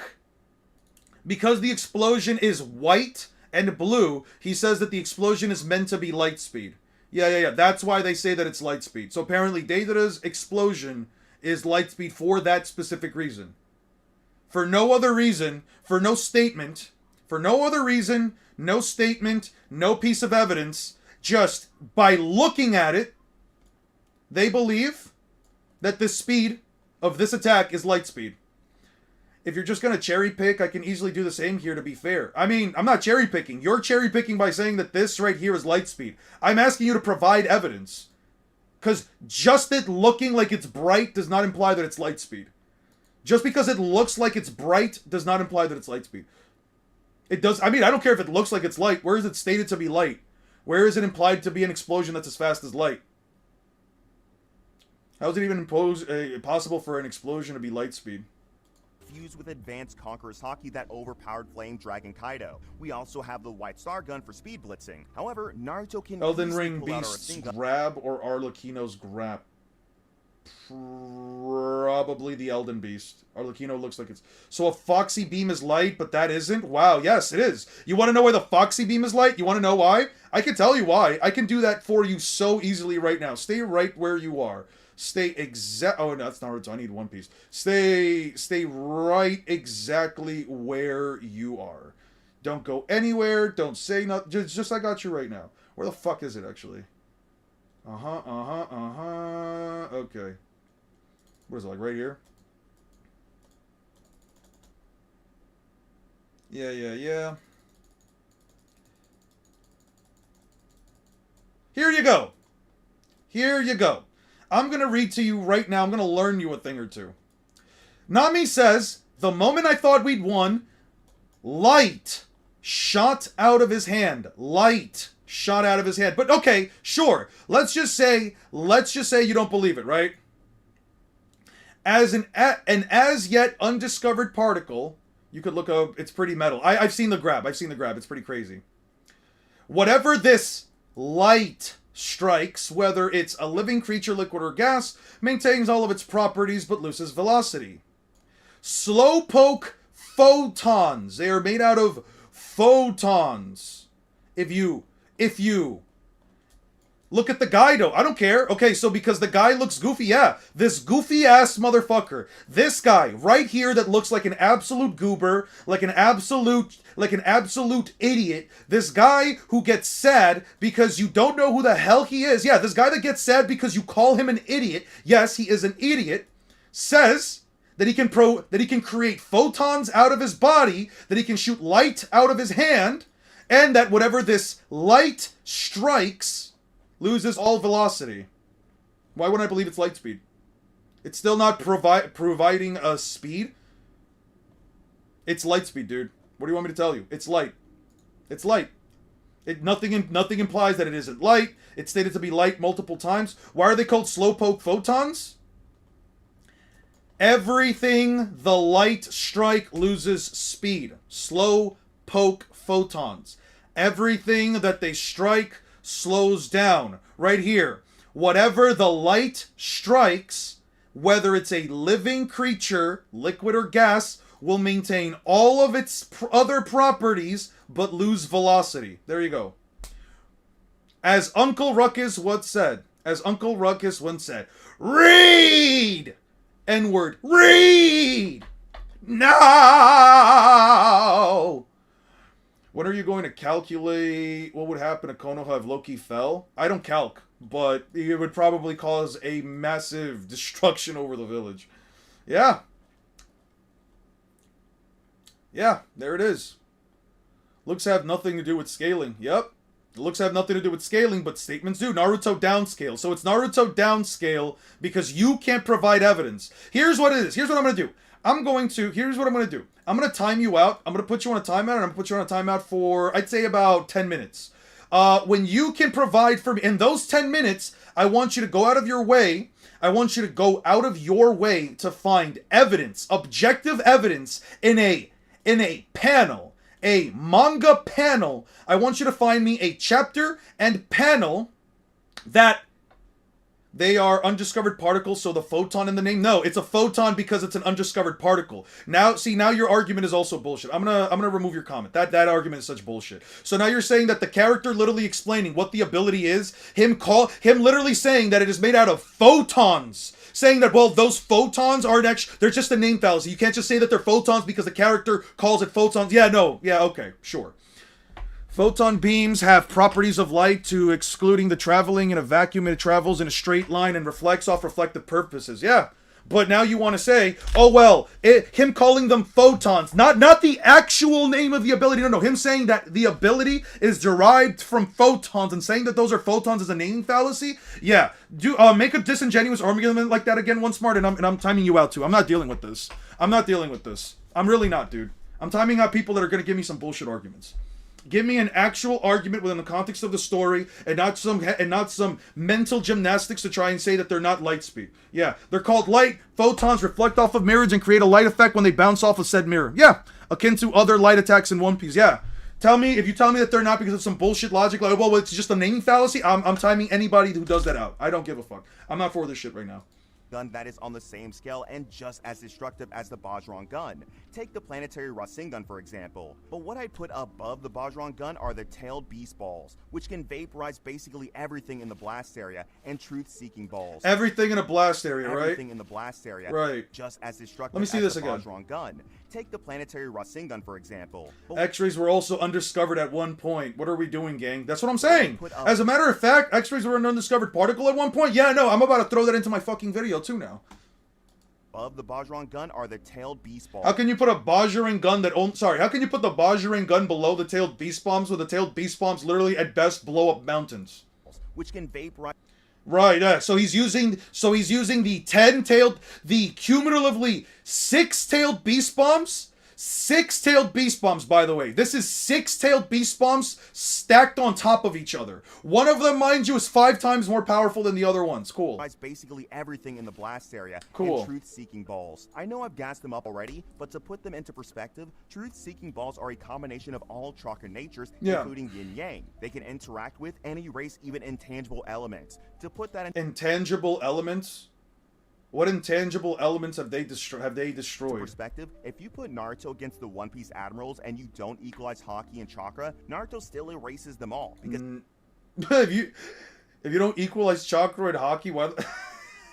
He can directly eradicate their elemental bodies. Plus, unlike the wow, that's crazy. It's crazy to me. By the way, I just want to say one thing. Haki and chakra, Naruto still erases them all because he can. Darui is light speed by that logic. Yeah, no, the laser circus is light speed by that logic. And I have no issue with saying that the laser circus, it's light speed by that logic. I have no issue with the laser circus being light speed by that logic. But either way, it's a data book statement, so I take it with a grain of salt. Man. Man.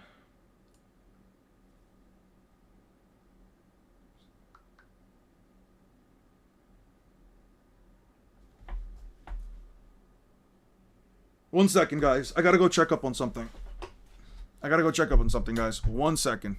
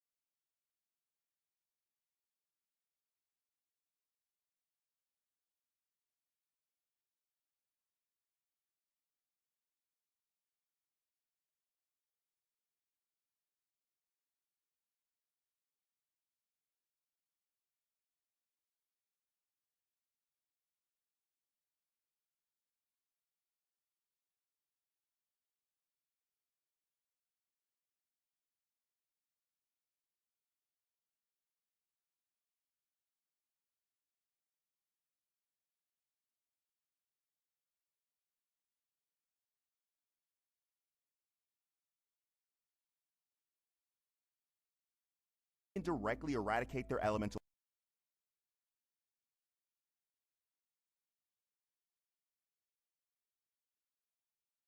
By the way, he's talking about the TSO eradicating elements when there's literally a blade here made out of TSO that instantly got shattered, dude.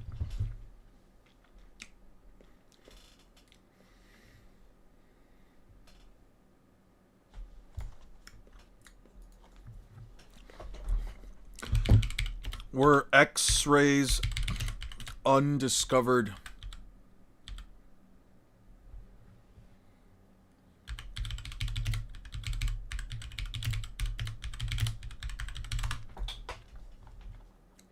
X-rays were considered an unknown form of radiation when first discovered by Willem Rotang in 1895. Though they were not initially classified specifically as particles, Rotang called them X-rays because their nature was unknown, causing an international stir as they were recognized as a new form of energy rather than a recognized particle. Early researchers saw X-rays as a mysterious type of radiation emanating from cathode ray tubes. Not initially particles. When discovered, it was not immediately clear if they were particles, waves, or another form of energy. The X literally meant unknown. I don't know. ColumbiaSurgery.org is my source for the X-ray stuff. In today's world, doctors order X-rays to diagnose. Wilhelm, okay. Standards discovered X-rays in 1985 accidentally while testing whether cathode X-rays could pass through glass. These cathode tubes was discovered heavy black paper. Was covered in heavy black paper, so was surprised when an incandescent green light nevertheless escaped and projected in a nearby fluorescent screen. Though the experimentation he found a mysterious light would pass through most substances but leave shadows on solid objects because he didn't know the name. Yeah. Okay. Bodies. Plus, unlike the Bajron gun, which the current Luffy can likely only use once before running out of gas, Naruto can spam Tail Beast balls and Truth-Seeking balls multiple times. You see, Luffy's whole defense in Gear 5 relies on turning incoming attacks into rubber, but you simply cannot rubberize a Truth-Seeking ball, because these things just matter on They erase matter on contact. He doesn't even have to make physical contact with the things that he's fucking turning into rubber. Why would that even remotely affect why would the TSO balls just not be affected by that? My standard requires a literal light speed statement or directly stated time and distance.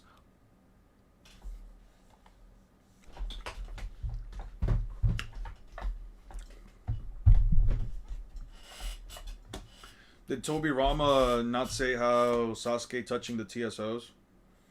How is Sasuke touching the TSOs? Yeah, he wondered how. People want to argue with me about X-rays. What were X-rays in 1984? 1894. The Tobirama,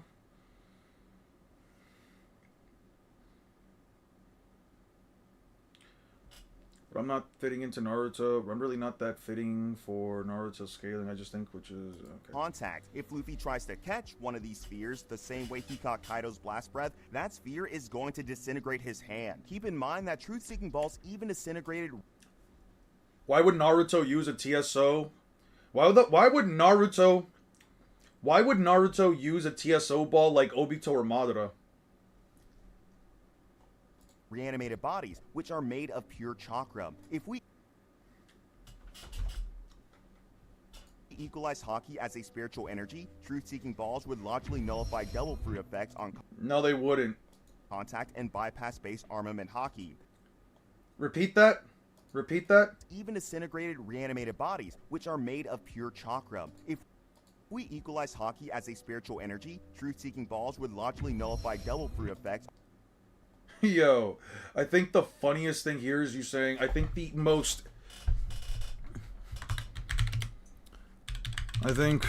the funniest conclusion here, not even conclusion, claim here, is that you genuinely said if we equalize Haki and chakra, then TSO can what? On contact, and the same way he caught Kaido's blast breath, that sphere is going... You know those Biju, they can... No, they can't. The Biju cannot. The Biju cannot. The Biju cannot travel at light speed, first of all. And second of all, you are a hypocrite because you earlier told me that the feat that I brought up for Luffy jumping around beams of light was literally anime only, and now you're saying that the anime is making it more apparent than the manga? Yeah, that's some hypocritical shit, man. I'm not gonna lie to you. Disintegrate his hand. Keep in mind that truth-seeking balls, even disintegrated truth-seeking balls, would logically nullify double... Can nullify devil fruits. Nullify devil fruits. If we equalize, the TSO can nullify devil fruits. Yeah.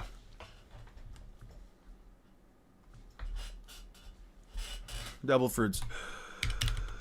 Devil fruits are a separate power system. Devil fruits are a separate power system from Haki. Did you read my last comment? Tobirama wasn't talking about the TSO, he was talking about Madara's regular rods. Yep. Fruit effects on contact and bypass base armament Haki. While Luffy could buy himself time by using Advanced Conqueror's Haki to keep the ball from touching him, and who knows, maybe Haki can even interact with the truth-seeking balls considering how the natural energy of the Sage Mode could, but it's still a hard counter to his rubber defense. No, it's not.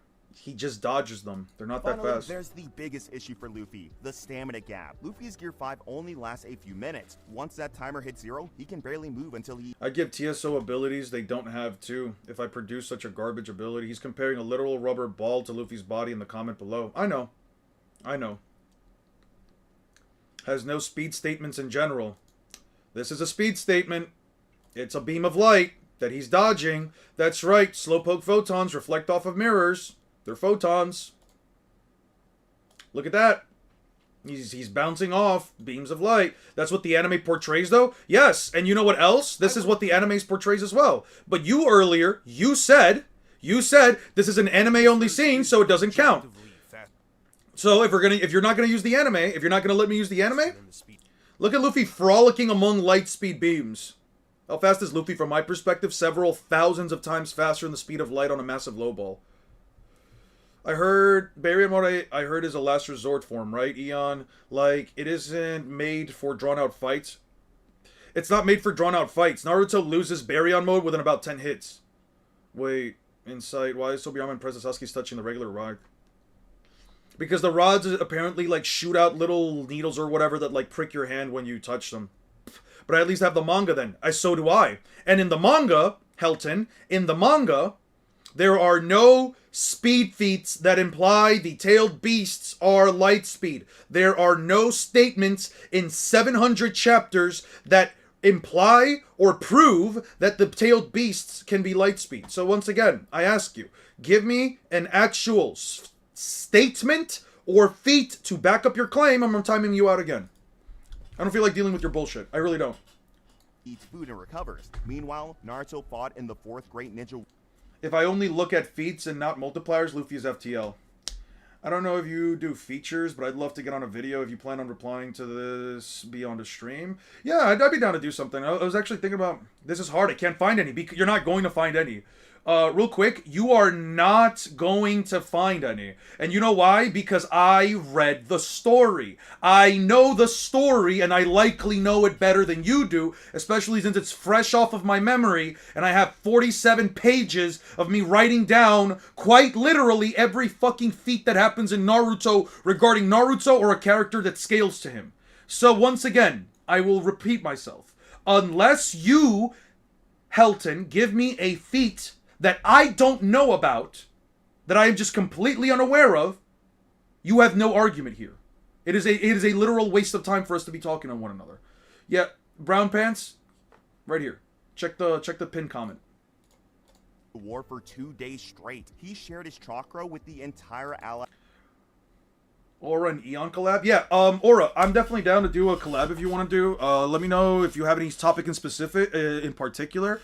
You're in the Discord, right? Or are you not? Regardless, just give me your Discord. Give me your Discord. We'll chat probably later today when I get the chance. Maybe not on like on a voice call, but maybe through like messages. I'm down to do a video. I'm down to do a collab. I actually signed Ixos for one a while back. I think he and I talked about it. We never got through anything like that. So I'm down to do one. It could be honestly on any topic, and I don't mind putting it out. We can do like 2 different topics. We can discuss them on like one for your channel and one for my channel if you'd like. We can that way we can both get some views up for our content. And it could just be like any random topic you want. Straw _hat _aura. Let me type that in real quick. Yeah. Let me know if you got any ideas. I'll give you one of mine. If anything, I've got a couple of video ideas written down on my thing. So, by username, right? Okay. And then we'll do, yeah.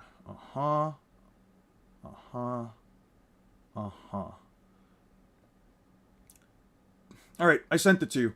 To clarify, I was stating about it was hard to even find one scan. I was not meaning that as an insult. I don't know what you were talking about. Your evidence does not exist. Yeah, no, it's fine. I wasn't paying attention. I was just focusing on that. I'm not going to say you're right, but I'll call this a... No, it's not a 50-50. You're just not right at all. You just have no evidence. Like, I'm not... Like, you can view it as a 50-50 if you want, but no, you have no evidence here. I have all the evidence I need. It's just not close, dude. It's not close. You can believe Naruto wins, that's fine. I am not even remotely entertaining the idea that Naruto keeps up with Luffy at all. I'm not entertaining that shit. Can you go docs so I can see the tuning exams? Sure. You want me to go to docs? Sure. Where the hell do I have... Oh, wait, this is, right here.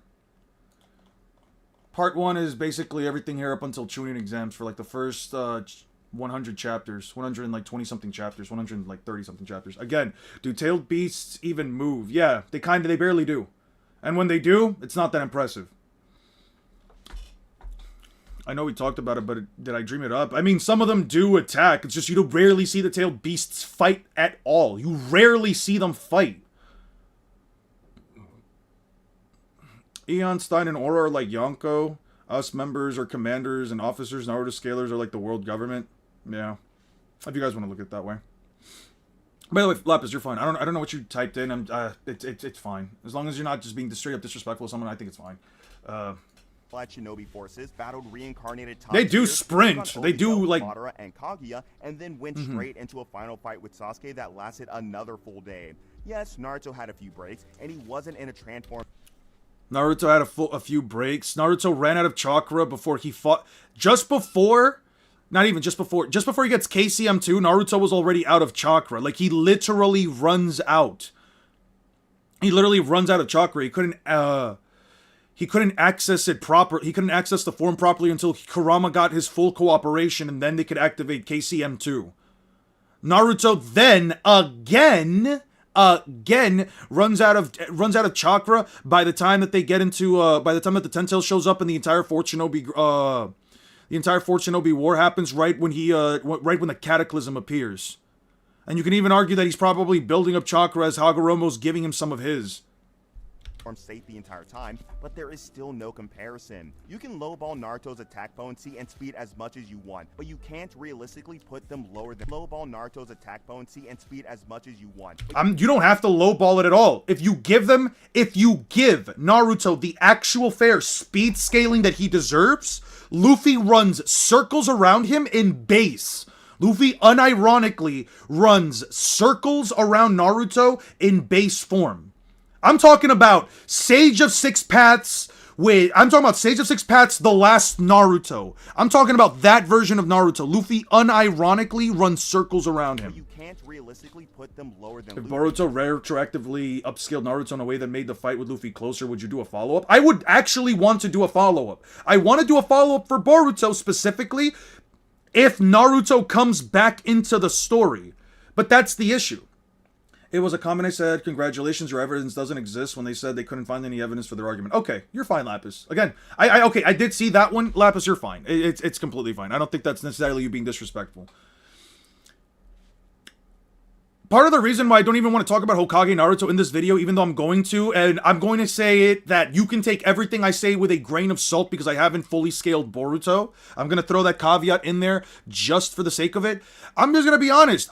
There's no way to, as far as everything that I've read throughout Boruto, going off of the top of my head, there is no statement or implication that the characters have gotten so much faster than one another that they would automatically, instantly speed blitz around themselves in base fucking form, dude. There's just the difference. You just cannot stretch it out for Naruto, regardless of how much you think he upscales in Boruto. The difference in speed just does not upscale for Naruto in such a way that's even remotely decent. I'm gonna be honest. There's just nothing in it. Sure, you could say, well, Baryon mode makes him faster, but it's like, okay, but how much stronger is Baryon mode? Because Baryon mode isn't an ability that stacks on top of Sage of Six Paths or any of the other forms. It's an ability that just simply stacks on Naruto's base. The multiplier for it is greater, way fucking greater than Sage of Six Paths mode, but either way, there's no definable difference. You might be able to say 10 times, even if you want to say 100 times, that's fine. I don't think it's 100 times. I think that's honestly a massive upscale for no fucking reason. But if you want to say that even if it was 10 times, it's like, okay,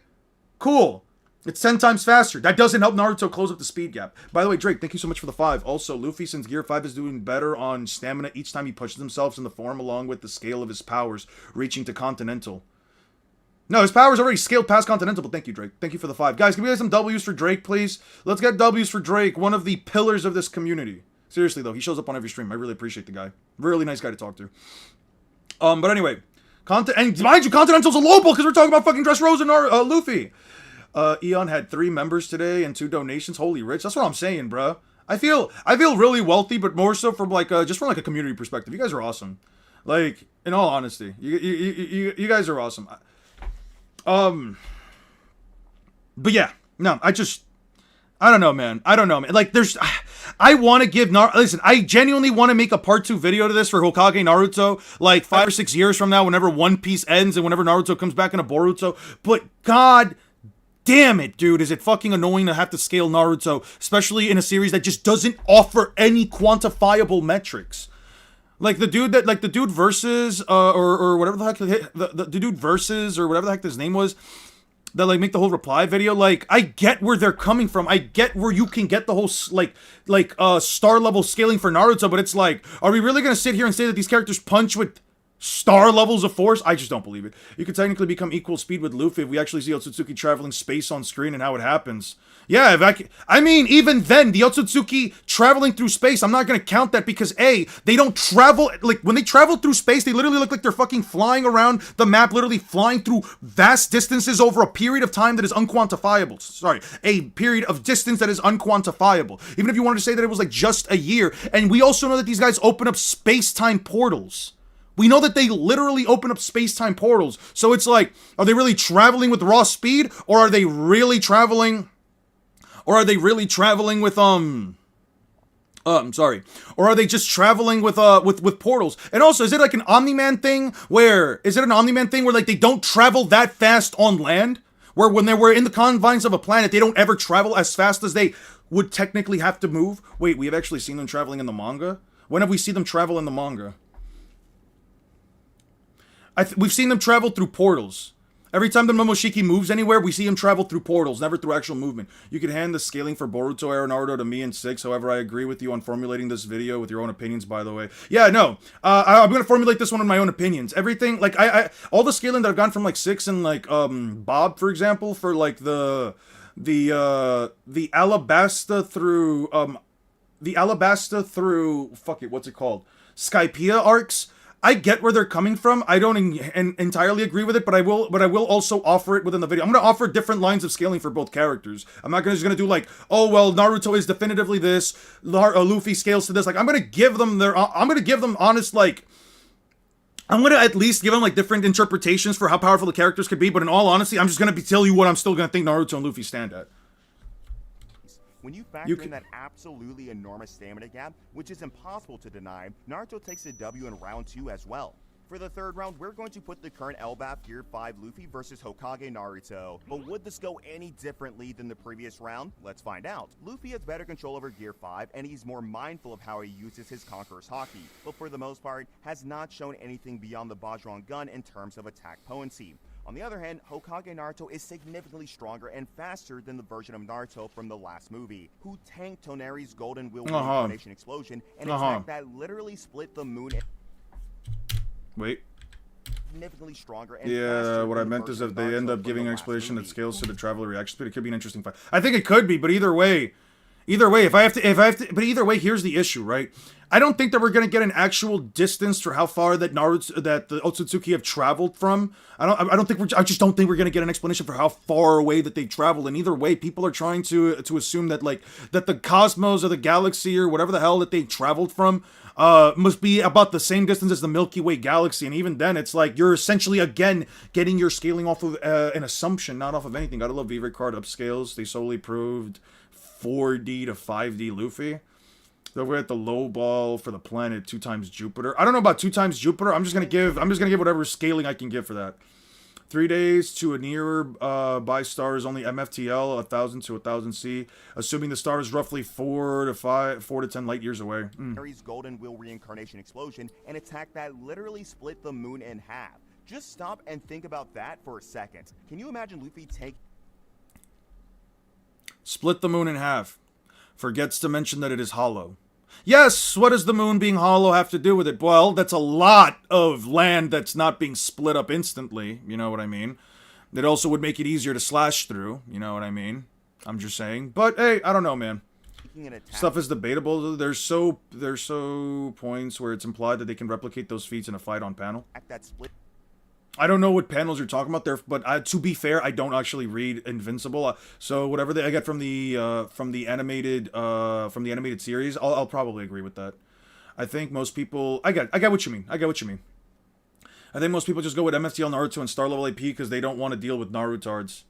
No, and nobody wants to deal with these people, man. Nobody does. I'm gonna have to honestly just say in the video, listen, if you don't like my metrics of scaling, I mean, that's your fucking problem, but, like, what am I supposed to tell you? Like, I can't just sit here and just deny objective evidence just because some people genuinely... Oh, planets, not panels. Okay, I got you. Are you talking about the one where, like, they literally blast through, like, the core of a planet? Are you referring to that one, Aster? Luffy more likely avoiding the moon-splitting attack over tanking it. Yeah, why would he have to tank it in the first place? It's the moon. In fact, forget Luffy. Can you imagine Rock's, Joy Boy, Loki, or even Roger? Yes, I can actually see them tanking this attack. I can actually see them tanking the attack and literally overpowering it. Yes, I could 100% see that. 100,000% I could see them see that. Attack? The answer is no, because it's ridiculous. The scale Oh, so you see, because you think it's ridiculous, that's why it can't be happen, right? simply so far beyond what one Dismantle the galaxy argument because red shifting can't happen at scales that small? Really? Okay. Red shifting can't happen at scales that small? Really? What's red shifting? Red shifting is like when they make like nebulas, Lapis? What's red shifting? Luffy Gear 2 punch overdone Chinjiao's head. Prime Chinjiao flathead. Prime Chinjiao flathead. He said he gets hurt by the ice continent's durability. He shattered a continent with a country level Jura. Every per square minute. I can see why you get so irritated arguing with people in space. Like, it's like arguing with a wall. They don't give you any evidence, but they're sure Naruto just wins. Yeah, I'm not burning myself out over it. It's just like, dude, it just gets to a point where I'm just like, where's the point in having a conversation? It goes back to the thing we were talking yesterday about. What's his face? Iceberg. It's like, there's just no point. It's like, at a certain point, you just gotta sit here and say, like, there's just no point in having this conversation. Like, if you're not gonna give Luffy anything remotely, do you think time skip Boruto beats Luffy? Fuck no. Speed difference. Again, just speed difference. What does Boruto have? Oh, a Rasengan that he has to physically touch you in order to...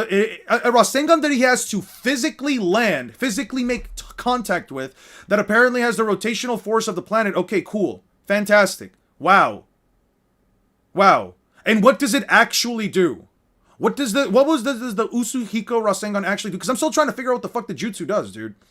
There's a guy who was able to intercept a Viltrumite entering interstellar speeds that couldn't track a fight between two characters on a planet. Oh, okay. Okay. I see what you mean. The point of conversation is that they can just convince you Naruto wins just because with no evidence, because they like him more. It's like being stretched out to the expansion of the universe. It only works in the distances between 100,000s of galaxies. Holy shit. If you can't land it, it's worthless. That's what I'm saying. Used to. And Naruto gets even more impressive here when you consider how he consistently clashed evenly with Toneri's Tenseigan Chakra mode. Keep in mind that the Tenseigan was fully capable of destroying the Earth, unlike the hyperbolic statements in One Piece. The Tenseigan was capable of fully destroying the Earth, yet he is disingenuous about saying that he was going to crash the moon on the planet. That people use to somehow scale Whitebeard to planetary. Overall, there's absolutely nothing that gives Luffy an edge over Naruto in this round. He still has Gear 5 stamina issue. How big is the moon?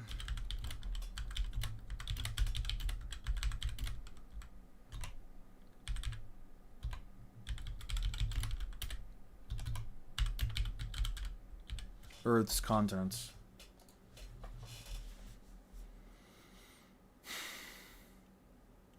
Gigas! Holy shit, it's been a minute, man. Mind you, Steinixo's got Luffy to small planetary while downplaying so hard he literally pretended Gear 4 didn't exist just to make a point.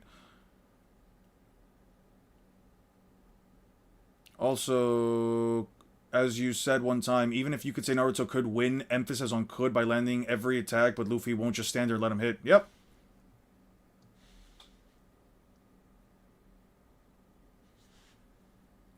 Rasengan Usuhiko.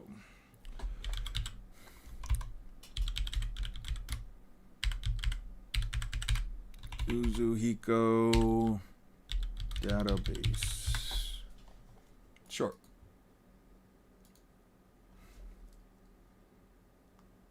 Cool. Let's see what it does. A new form of Rasengan that utilizes not only one's own chakra, but also the planet's rotation and orbit, plus the corresponding centrifugal force and other forces. In addition to the damage of a standard Rasengan causes, it destroys the target's sense of balance, debilitating them. Due to the unceasing nature of the planet's movements, the effects do not fade, resulting in not just physical harm, but untold psychological damage. What the fuck does that mean? How does that... What do you mean by psychological damage? You're telling me that that affecting a person's balance is psychological damage? Refers to the planet energy used for Uzuhiko as the planet's chakra, but it's not the same as nature energy used by ninjas. Yeah. This does nothing for me. This really does nothing for me. When I mean huge distance, I mean billions of light years for a noticeable effect on the appearance of an object. Got you. It's a bit off topic. What's the biggest form Naruto had, including Kurama? Trying to compare to Luffy's biggest form. Naruto's biggest form, if you give him every benefit of doubt and you assume that Naruto's chakra cloak, after getting both halves of Kurama, is as big as the actual chakra cloak, I would probably argue that, like, Naruto, with every benefit of doubt, being about as large as the 10 tails with the 9 tails, would still be only, what, 5 times larger? 80 meters. I'll give you 80 meters. I'll give you 80 meters at best, but in truth, probably like 51 to 60 meters. A bit off topic, but what's the biggest form Naruto had? Okay, yeah. Toneri splits is barely multi-continental, let alone moon level. Oh, wow, 10 schmeckles. Yeah, for real. I'm surprised. Can we get some W's for Gigas? From just one stream? That's what I'm saying, dude. Yo, tomorrow, me and my girlfriend are eating steak. Fuck out of here. Actually, no, we're making pasta. She and I decided that we were gonna make pasta from scratch tomorrow. So we're gonna, like, even make the noodles and everything. It's gonna be fun. We're gonna make pasta from scratch. We're gonna make the sauce from scratch. We're gonna have a nice little romantic dinner. I'm on the fence about Multicontinental and L via him damaging the space pirates and their tools that blew up 44% of the moon in the cover story.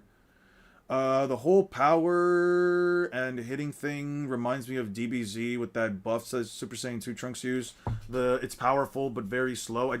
Also, boys, are we getting John Wick game?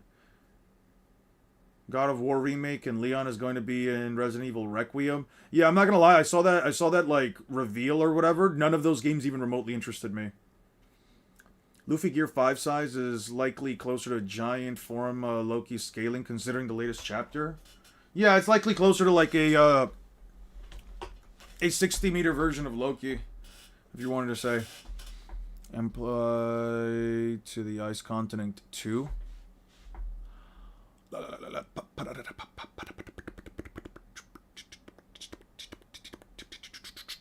Luffy's gotten to the size of Kaido and recently about 100 times greater size to catch giants, so he towers over Naruto. I don't know, about 100 times.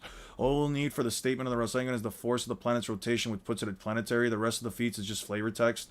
I mean, yeah, I guess. How does he land it? How does he land the Uzuhiko Rasengan, though? That's still going to be my point. Undoing a mission with Big Smoke. I'll be back for Luffy size later. I've always said this, but Luffy you have to prove Luffy's skills to cover story and L, who makes massively stronger by powering up the arc maximum. He doesn't. That's the problem. Yeah. While Naruto can casually tank Moon's... Like, what does he have? He has what? Flying Raijin that he has to focus on and isn't as fast with it as Minato. What do you think of the petition to put Funk in Hikari versus Kashimo and Judas in Sukuna versus Gojo? Are those songs? I don't know what the songs sound like, so... I mean, it's the first time I'm hearing of it. I don't really have an opinion. There's no way Luffy will be able to land a single decent blow before getting destroyed. So once again, Luffy takes the L. But what if Luffy didn't have those stamina issues? That is a very important question, and our final round is going to answer it. Yes, let's talk about in-game Luffy versus Baryon Mode Naruto. This is Luffy at his peak, and I mean peak in-game Luffy, with Haki at Joy Boy's level and a fully mastered Gear 5 against Baryon Mode, which is Naruto at his absolute peak. Now, you may be wondering, is that even possible? Will Luffy eventually be able to use Gear 5 without worrying about the stamina drain? The answer is 100% yes. Think about it. Joy Boy fought a great war against an alliance of 20 kingdoms. That simply wouldn't have been possible if he was running out of gas every few minutes like Luffy currently does. This implies that Joy Boy eventually mastered the fruit to the point where stamina was no longer a factor. And since Luffy's destined to accomplish what even Joy Boy failed to do, he's obviously going to achieve that same level of mastery. However, would even that be enough to take on Baryon Mode Naruto? Okay, I know some of you are going to call me out for this matchup because it feels unfair, but I had to do it this way. I got it. If we're talking about peak in-game Luffy, we have to talk about the absolute peak of Naruto. Baryon Mode is a transformation that works like nuclear fusion. It consumes both Naruto's and Kurama's chakra as raw materials to produce a level of power so extreme it doesn't even make sense. Just look at Ishiki. He was treating both Naruto and Sasuke like victims. They were little more than fodder to him, and that makes sense. While Ishiki might be below Kaguya because he is an immortal, as a combatant, he is objectively superior. He's below Kaguya because he isn't immortal. What does being immortal is good enough to dodge those close combat? No, it's not. It's not good enough to dodge, and you have no argument for it. He has to have set up multiple different tags all over the battlefield. You have to argue that he has to set up multiple different tags, react to Luffy with no precognitive abilities. Boruto has no precognitive abilities. He has nothing like the Sharingan. He doesn't have Sage Mode. He doesn't have anything that informs him of his opponent's next attack. So everything he does is off of raw speed, off of raw reaction time. He has to set up tags, which Luffy will always, objectively speaking, know. He would always know exactly where he's going to teleport to. In fact, if Ishiki was the in-game opponent in Naruto instead of Kaguya, Naruto and Sasuke would have lost. He's also a nightmare to fight because his We see him use it in his fight against Shura? Yeah. He had the tags set up. Correct. Because he had tags set up. Jutsu, the Kokugan, allows him to instantly shrink objects or himself just by looking at them. It's so fast, it looks like teleportation. He can store things in a timeless dimension, pull them out for the fights with those songs in the background. Yeah, they're kind of pointless. I agree. In short, unless you are objectively superior to him in speed and power, you will get the fodder treatment. And yet, Naruto in Baryon mode was exactly that. He was objectively Get his ass, superior or I'm to sorry for your Ishiki. loss. Can you imagine how strong that must be? Let's look at the math. In the last, Naruto was already strong enough to tank an attack that sliced the entire moon in half. Right. That's moon level durability at a bare minimum. By the time he's the 7th Hokage, he's even stronger. And yet, when he and Sasuke fight Ishiki Okay, how much stronger is he? Absolutely folded. But then Baryon mode enters the chat, and Naruto becomes definitely stronger than even this version of Ishiki. He starts snatching Ishiki's chakra rods out of the air before they even become visible. There's no other way to put it. Baryon mode Naruto is above anything we'll ever... It's above anything we'll ever see, and yet the form only lasts 5 fucking seconds. Ever. But wait, it might not be over for Luffy just yet, because in this case, it's Naruto who's on the timer. He has to finish Luffy off before Kurama's chakra runs out. So the next big question is, can Luffy avoid Naruto long enough for that timer to hit 0? I mean, nothing is impossible, but realistically, how? Again, Baryon mode Naruto is multiple tiers above the Naruto that fought Toneri on the moon. One hit from Naruto is all it's going to take to destroy Luffy. Why? Why is only one hit all good that's gonna take? Because that one hit... Yeah, it's a lot more interesting, but wait, let me tell you. Deadass has the endurance of a commercial break on Nickelodeon. That's fucking funny. That's funny. I mean, like you said, Baryon mode is really just a latched resort to potentially damage Luffy, but the ski gap, just, yeah, no. And not just that, what damage does it do? He mostly does hand-to-hand combat. Why does Baryon mode all of a sudden make it so that Naruto can hurt Luffy? So, A, why does he do that? B, how does he shave away Luffy, who's, even if he only has a year's worth of lifespan left, and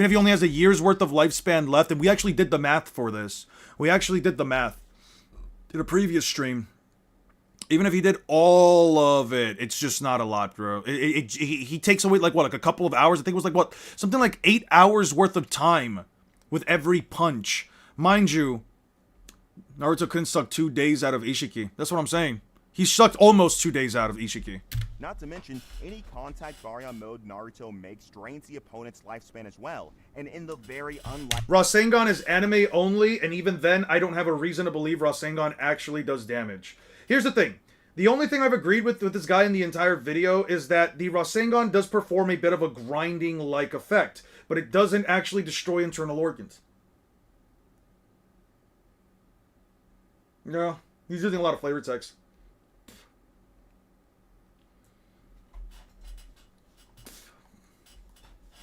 Likely chance that Luffy does manage to hold out until Baryon mode disappears. Naruto will still have all his Jutsu and Rasengans and also Sage mode. Are you really saying that Naruto is going to... If Naruto, for whatever reason, runs out of his 5 to 10 hits, right? 5 to 10 hits go by. Naruto runs out of Baryon mode. Completely loses Kurama. You're seriously here telling me that Naruto in base form with Rasengans and all that stuff and Sage mode, which somehow he's going to get while Luffy's just has to hit him a couple... Yeah, I don't know.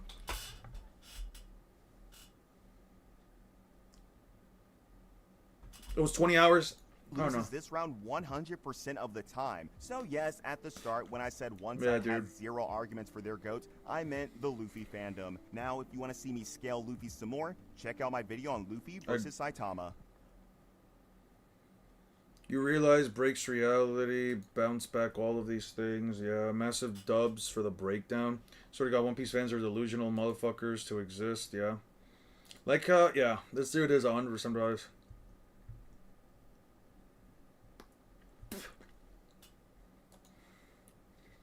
Luffy's at max multi-continental is highballed low multiversal. How the fuck is Naruto highballed to low multiversal? During eggs the Mario coins out of Naruto's cranium and gives him a brain hemorrhage. Yeah. Yeah. Yeah, yep. A bit too much unfair comparison, but as much biased arguments, the result won't change, but you really lowballed Luffy.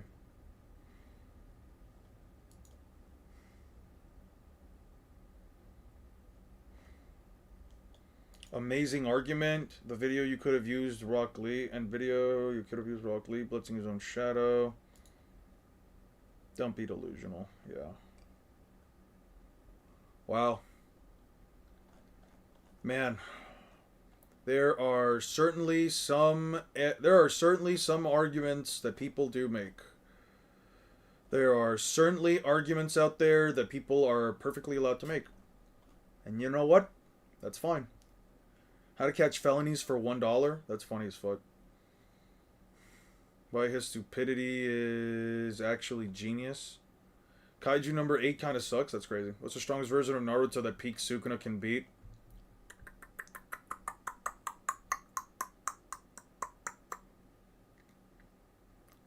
You could probably argue KCM2. You could probably argue KCM2. I'm not going into Sage of 6 Paths or KCM2 plus Sage mode, but I would argue KCM2.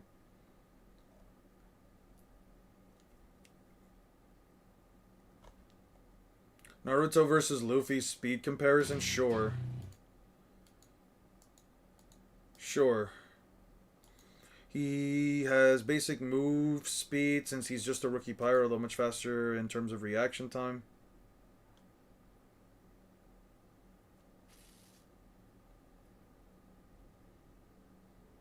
Mach 1.5 supersonic shinobis have incredible speed far beyond Kid Naruto. Similar to regular shinobi, are able to run very fast. Is also fast enough to match the speed of Neji during the... Yeah, with a cloak, dude. With a fucking cloak. How is Luffy high hypersonic? There's 2 years under Rayleigh's training. If there's 2 years of training, why are you bringing this up?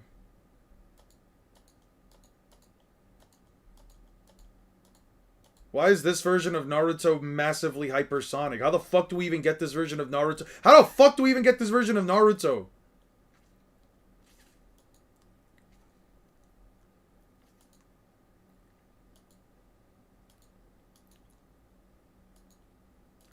Yo, this is fucking hilarious. What happened to second gear and fucking what happened to yo?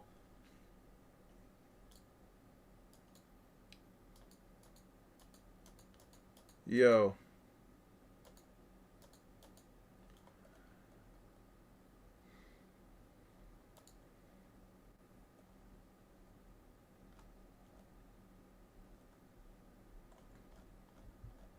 "25 parts. Are you researching ancient hieroglyphs?" To be honest, I haven't really researched anything today. I could probably do some, but I actually have to head out. For me, Sage mode will already be too much for Sukuna. I mean, Sage mode doesn't beat Sukuna. Doesn't really have a lot.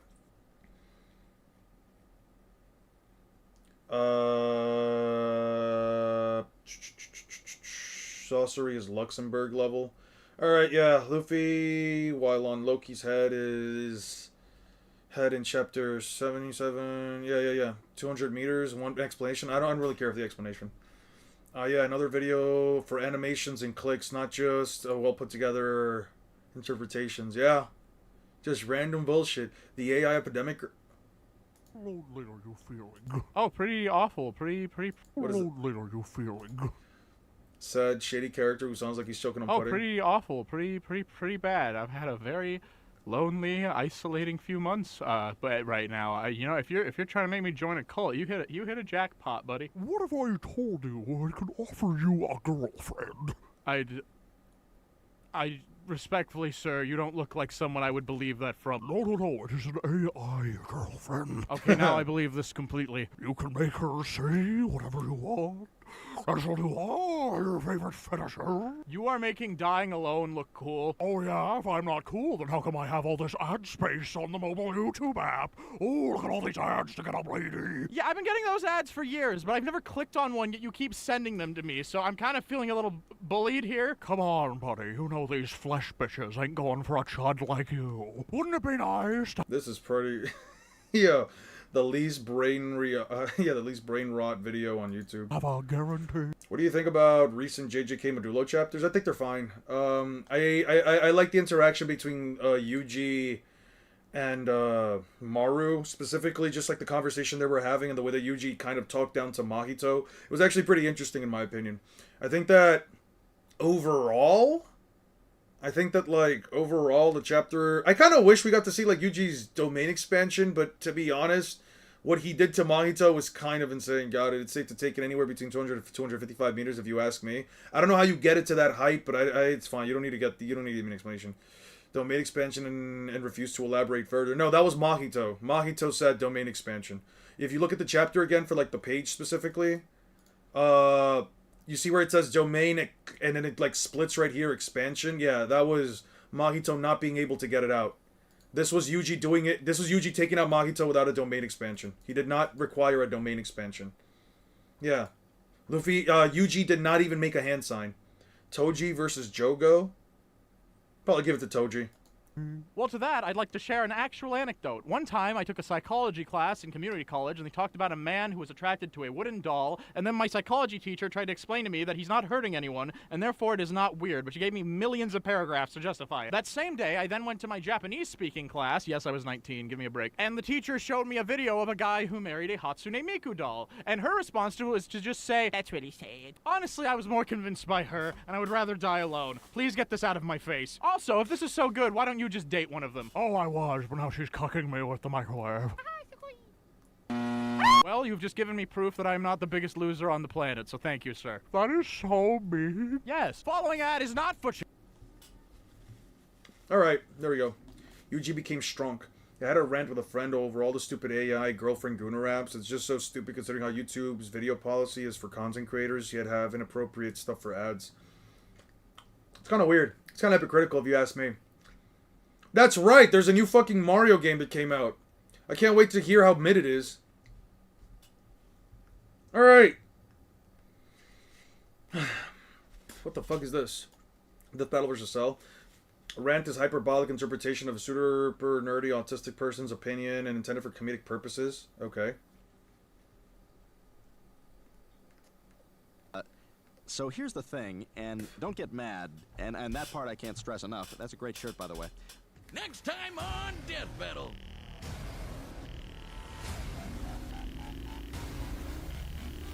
What's the AI bubble?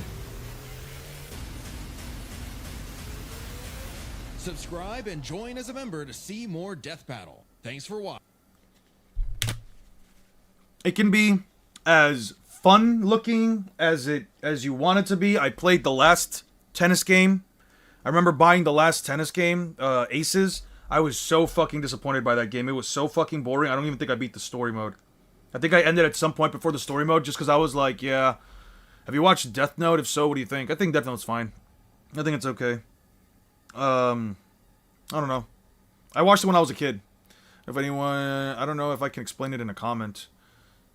The new Mario Tennis is not worth $70. Yeah, I was about to say that. There's no way you're gonna sit here and tell me that a Mario game, especially not because it's a Mario game, but like a Mario game specifically, like a spin-off game where it's just tennis play, is meant to be $70. I just don't believe that.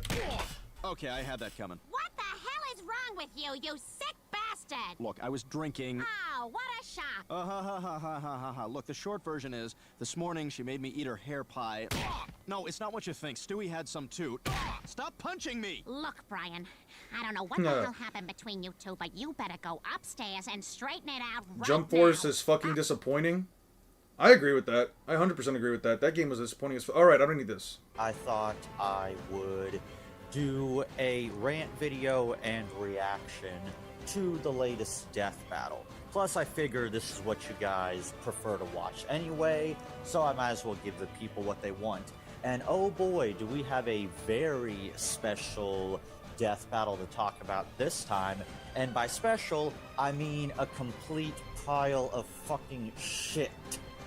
Because, holy hell, what in the love of fuck did you do this time, death battle? Alright. I have been talking about this particular death battle with other people in the versus death battle is because I believe this death battle encapsulates almost every single thing wrong with mirror matchups. It perfectly Are you familiar with Sonic scaling? Not at all. Not at all. I don't know what the hell Sonic scales to. I just know that Supersonic is as fast as the speed of light or something. encapsulates everything I've ever said about why mirror matchups don't work, and I've been spending years explaining this to the community and to Death Battle, and once again, nobody seems to listen to me, which is quite unfortunate considering how many times I've been vindicated over the years on the things that I've said.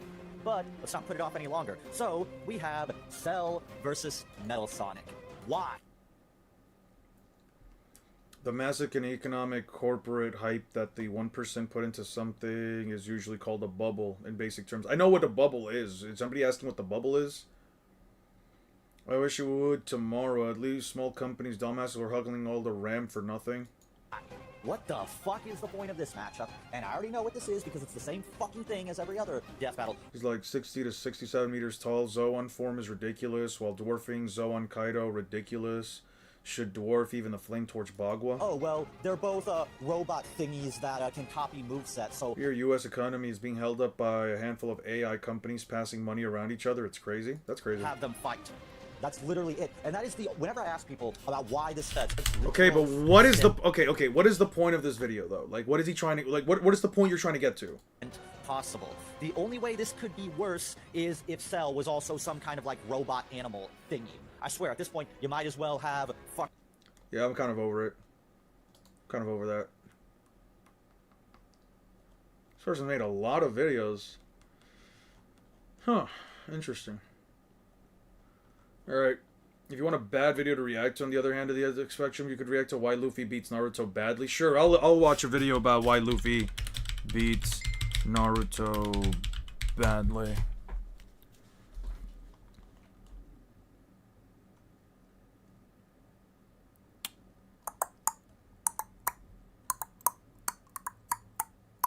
What does this dude say? So a few weeks ago, I posted a poll on my channel asking who would win, Naruto and Luffy. At the time, this was an ongoing discussion amongst my Discord group. If you're not in the Discord server, it will be at the end of the video. We have various discussions like that. Make sure to join. It's fun. But after the discussions, doing the poll, and doing the research, I think I came to a fair conclusion that both sides would agree with. So let's start with each of their feats and abilities, starting with Luffy. Although I'm not the biggest One Piece fan, most of my friends are, and they put me on to how strong Luffy is, and he's a tank. Now, excluding Nightmare Luffy, because do we really count that? But Luffy has 6 different forms. Gear 2, Gear 3, Gear 4, with 3 different variants such as Bound Man, Tank Man, and Snake Man, and his last but strongest form, Gear 5. Each form has different abilities and techniques that help Luffy get the edge on his opponents. Although each form is strong, I feel like for Luffy to keep up with Naruto, he would have to stick to using Gear 4 and Gear 5, seeing that those techniques give him the most significant speed, strength, and defensive boost. If you just look at Gear 4 alone, they have 3 different variants that do really good stuff. His Tank Man form is able to tank many attacks seemingly easily. His Snake Man form being the most offensive of the 3, having the ability to have very fast and rapid attacks, with his attacks being able to move towards his targets at long range, which would make it very difficult for any fighter. Then he would have his ultimate form, Gear 5, the strongest of them all, being able to grab lightning, move at lightning speeds, make anything he touches become rubber-like. He can manipulate the environment to what he wants it to be, giving him the ultimate advantage over his opponents, but the only downside is that he can't control the form for too long before ultimately losing it and become aged essentially. Now that we delve into Luffy's impressive arsenal of attacks, it's time to turn our attention to Naruto. Born with the Nine-Tailed Fox, Naruto had different power-ups, abilities through all of Naruto, Shippuden, and Boruto. But the version of Naruto we're focusing on is the Naruto after Shippuden, pre-loss of Kurama. Seeing that he takes a significant power loss from losing Kurama, I want both of them to be in their strongest form. And yes, I know, I purposely left out Baryon mode. It will make sense later in the video. Just like Luffy, Naruto has many forms such as Sage mode, Nine-Tails, Chakra mode, Kurama Chakra mode, Tail Beast mode, and his strongest, 6-Path Sage mode. While each are just different variations of pre-existing power-ups, we see Naruto do amazing feats in each of these modes, seeing that each of these gives him a huge boost in not only strength, defense, speed, but even the ability of healing. Naruto's 6-Path Sage mode has the most impressive abilities out of the group, seeing into the strongest with abilities like levitation, tanking attacks like stabs like it's nothing due to his regenerative power, the ability to make an excessive amount of clones of himself with the same powers. I am back, okay? I am back. to making videos. Okay, I'm gonna explain a little short break, alright? I have been busy, alright?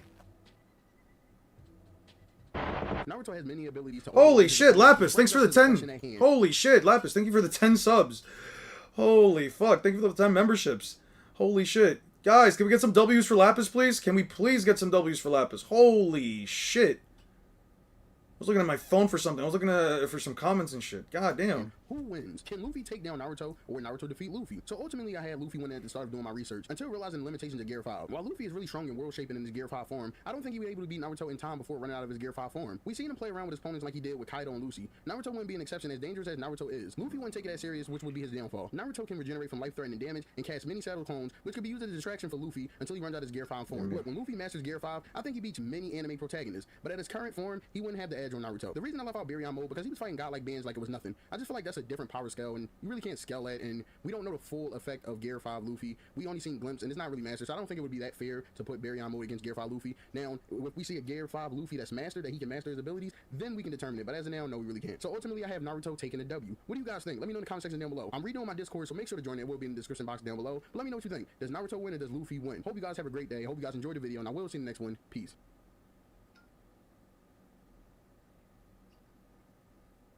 Okay. After seeing so many silly arguments and Dangerous claims over the era. internet, Luffy is literally made out of lightning. Luffy is literally made out of lightning. Is rubber and isn't affected by it.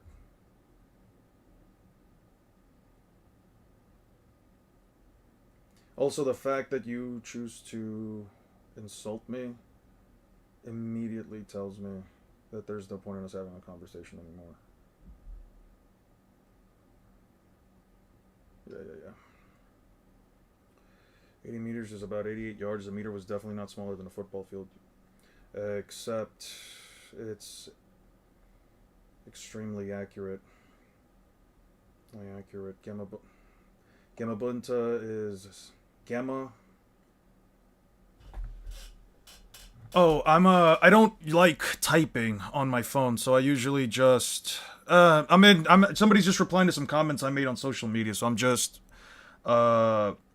using speech to text to get through the arguments real quick. Gamma Bunta is canonically 17 meters tall and about the same size as the other tailed beasts. The perfect Susanoo is about the same size as the full size of Kurama. Kurama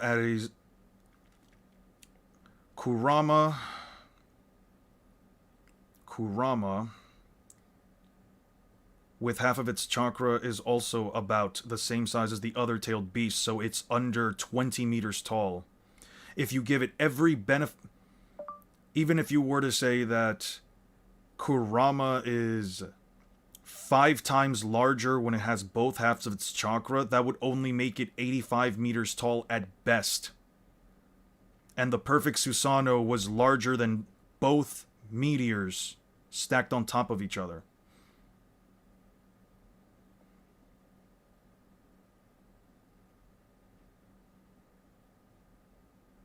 Like it was going. The rest of the comment is most likely also futile. Yeah.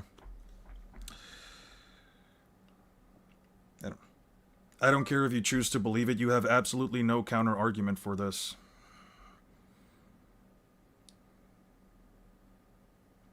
Yeah, there we go.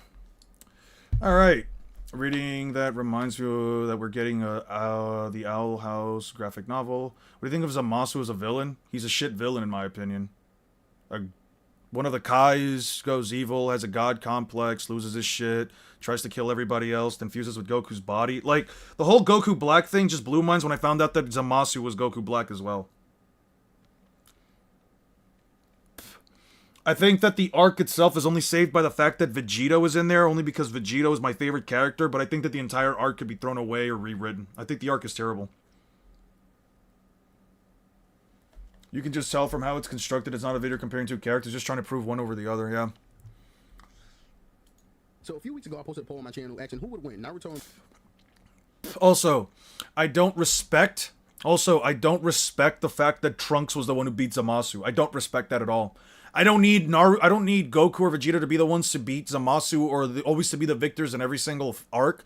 But if I had to be honest with you, I have absolutely no reason to believe that Trunks deserved to win that arc, especially in the way that he did. Learned a random new fucking attack, absorbed the energy from all the people on Earth, even though there weren't that many people left. There were actually less people there than when they needed to take out Boo, and yet he was able to create an attack that was so powerful. After seeing so many silly arguments,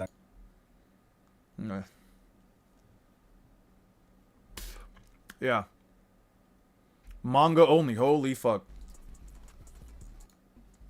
I mean, you could make an argument that saw this pin comment that'll take you to this debate with pretty much any Naruto fan. The first thing they do is start pulling up data books, and I'm like, why doesn't anyone want to use feats in the...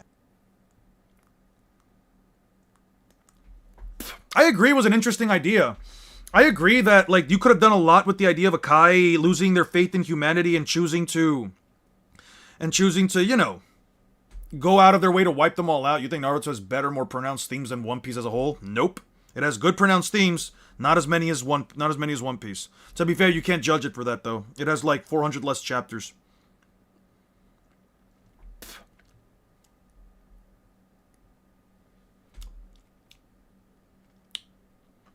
Like, I don't know, man. Seeing Zamasu like lose his shit because two cavemen were like attacking each other, and then seeing them like, oh, but a million years later, like, listen, there are people that are going to be, like, absolutely... There are people that are going to be cavemen. There are people that simply say and do things in such a way that it just makes you feel like you have no hope for others. But it's like, you can't just judge an entire group of people, let alone the entirety of mortals across a universe, just because you saw two guys... You saw, like, 4 dudes fight each other, like, within a million years worth of time span. The title in the previous comment? Oh, yeah.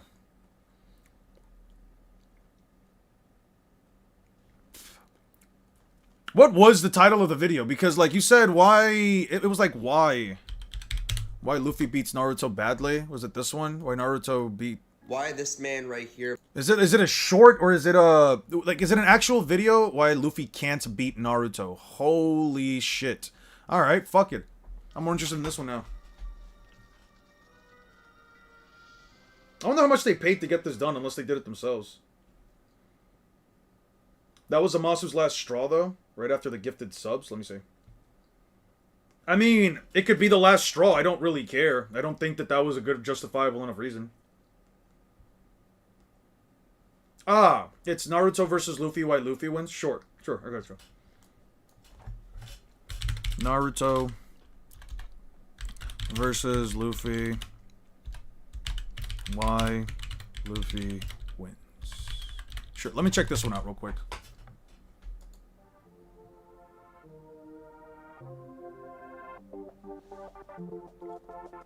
Let's start with the main factors that highballs... By bypassing their durability, and really...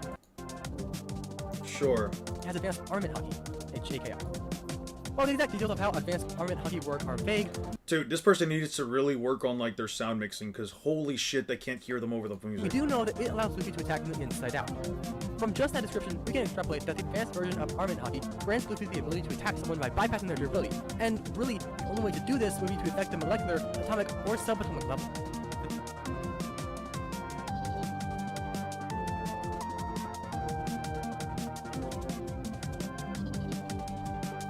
I hate this fucking argument, dude. Naruto's gonna use frog kata to like slap, to like send a shockwave to the opponent's body, but it's like, when the fuck does Naruto ever actually use that mid-combat? When does Naruto ever do that?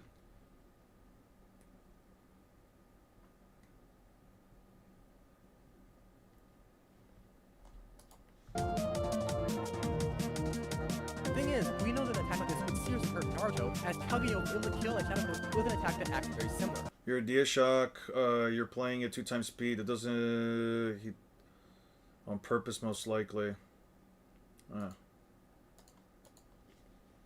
Kage bypassed the opponent's durability so effectively that the clone itself didn't explode in a puff of smoke, it just melted. It's almost like it didn't even register the damage, which is what would happen if you attacked... What's up, but I'd like level. to say fuck Megumi, he is a bum, I hate him, hope everybody else is having a lovely day though, wishing y'all the best of luck in your... You hate Megumi? Which Megumi? Which Megumi do you hate? JJK Megumi? I mean, sure, I guess. Smaller than the molecular. Yeah, I'm not watching this. This video, sorry, yeah. This is your last chance. After this, there is no turning back. You take the blue pill, the story ends, and you believe whatever you want to believe. Megumi's a Take the red fraud? pill, Sure. you stay in Wonderland, and I showed you just how. Megumi from JJK is a bum? Okay. Remember, all I'm offering is the truth, nothing more. Yeah, I feel like the hate for Megumi is forced. Like, what did he do to you guys? Like, Megumi is actually a character where, like, if you want to hate him, that's fine. I'm not going to tell you you can't. I'm not going to sit here and be like, but Megumi does cool thing. I don't care. But, like, what is the hate for Megumi come from? Is it just potential, man? Is that just it? You don't like the fact that he has a cool ability that he doesn't properly utilize? I guess that's fine.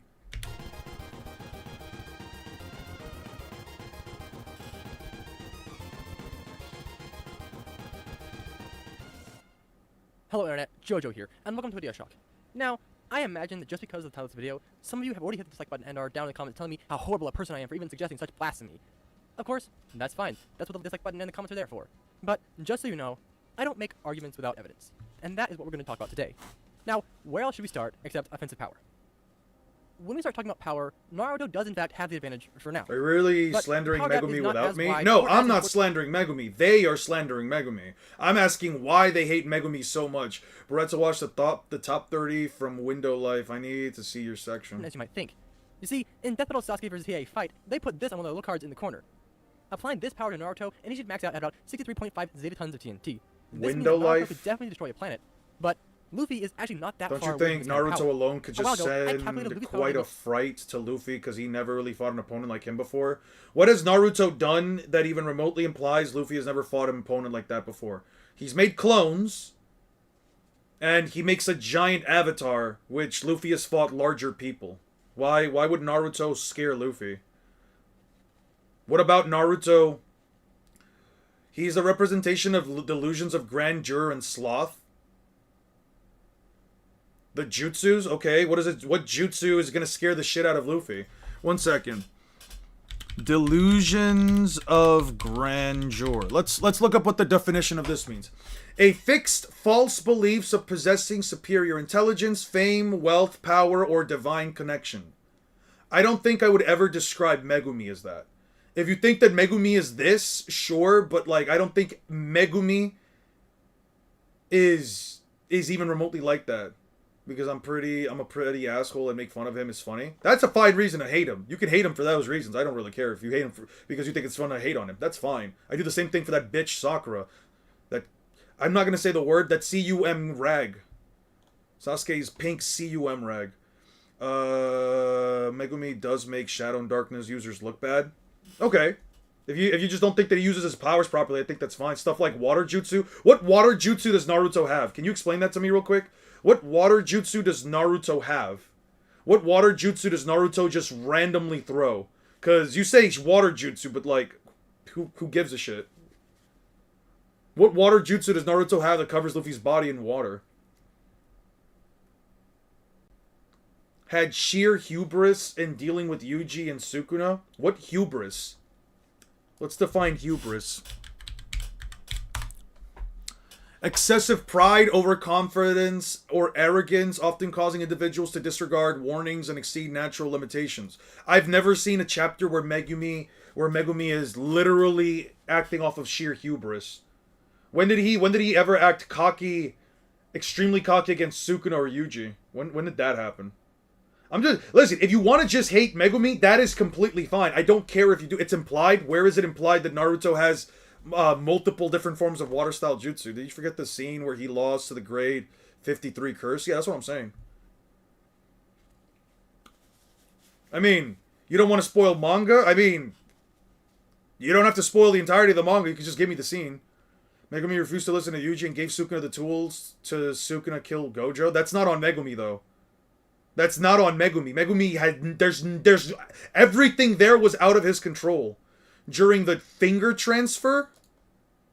You're saying, when Sukuna ripped a finger out of him, and Megumi tries to summon Maharaga in order to fight Sukuna, you're telling me that he allowed Sukuna to just do... I'm sorry, dude. Pej, Listen, I can respect a lot of opinions, but I feel like, again, hate Megumi if you want. If the reason is quite literally just, I just don't fucking like Megumi, that is fine. I'm not gonna fight that. You're not giving me reason, but the reasons you're giving me do not follow the story. You literally told Megumi that Sukuna had a plan to take his body. When did he do that? Can you give me the chapter when he does that? Because as far as I'm aware, Yuji didn't even fucking know that he was gonna try to take the body. Literally happened this episode? Okay. So you're telling me, if I click on JJK right now, right? Let's see. Let's see. When do they meet up?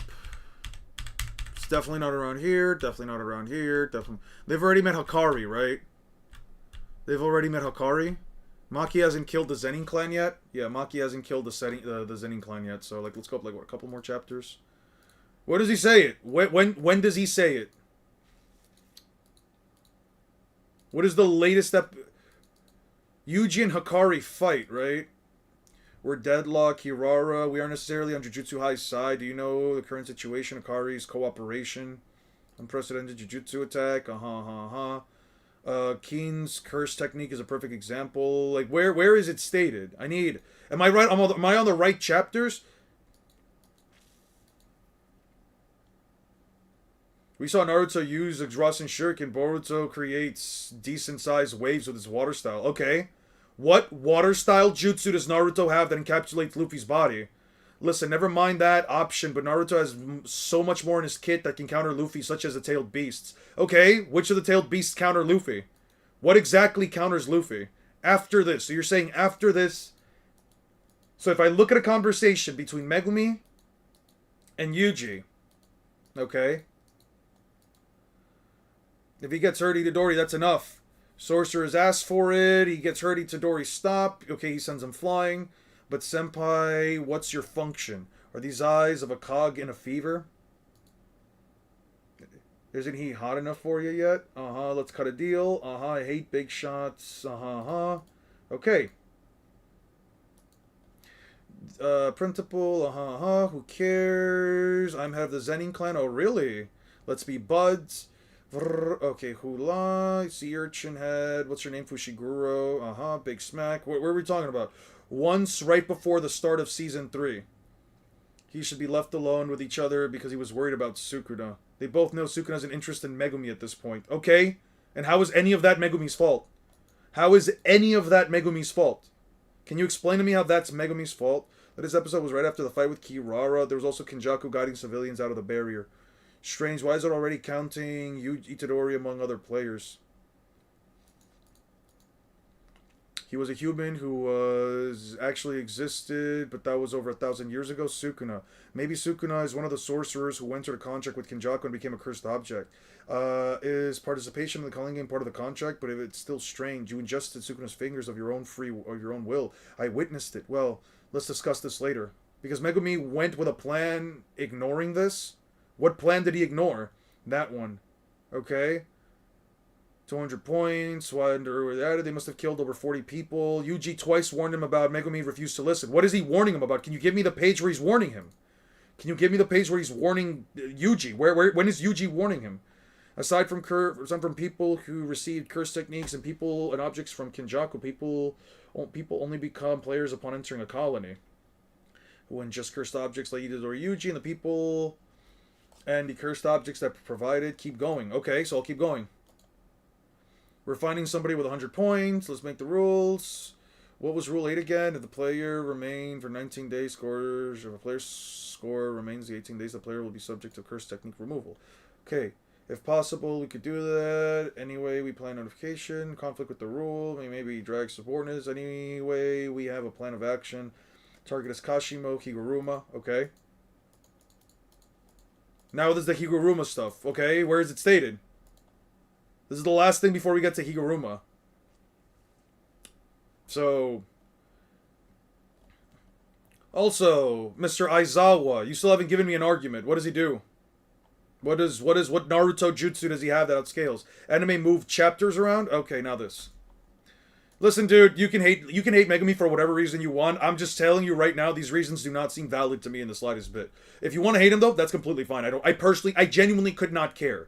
I genuinely don't care that you hate Megumi. I'm being honest with you. Hate him if you want. I'm just telling you the reasons you've given me are not that valid. I feel like you're hating Megumi for things that are out of his control. Or if you don't believe I think it's self-explanatory to me. Okay, so if it's self-explanatory to you, okay, Mr. Aizawa, then explain to me, then give me your line of reasoning. What are the reasons? Can make water-style Rasen Shuriken massive and just like any other... Yes, but but even if he makes a giant, massive water-style Rasen Shuriken, how is that an attack that is covering Naruto's body in water? How does that cover Naruto's body Luffy's body in a massive water that prevents him from using his abilities? The jutsu doesn't do that. A Rasen Shuriken explodes, and it explodes in such a fashion that it doesn't just cover the person, again, in a giant blob of water. So again, you're arguing off of headcanon, and I don't really care at that point. If your argument is going to be, well, he has a water style, okay, I don't care about if a water style Rasen Shuriken. A water style Rasen Shuriken means nothing. The sheer strength and number of the beasts can overwhelm Luffy with ranged attacks? No, they can't. They're not fast enough. They're not fast enough. How fast is the tailed beast then? Because, I'm going to be honest with you, they're not that fast. But, whatever. Neither of them are particularly important. Even if you do give this 32 Zetatons to Luffy, he's still only about half as strong as Naruto. However, that doesn't actually matter, because Luffy has advanced armament haki. The size, too? The sizes of the tailed beasts? The sizes of the tailed beasts, Mr. Aizawa, are objectively, in an objective stance. There is no argument you can make against this. You have no evidence even remotely implies the latter or any other interpretation. The tailed beasts are unironically larger than this sea cow. The tailed beasts are unironically smaller than this sea cow. They're not even bigger than that. They're literally half the size of this thing. Yeah, they're half the size of this thing that Luffy's just tossing around in the first arc of the series. Yeah.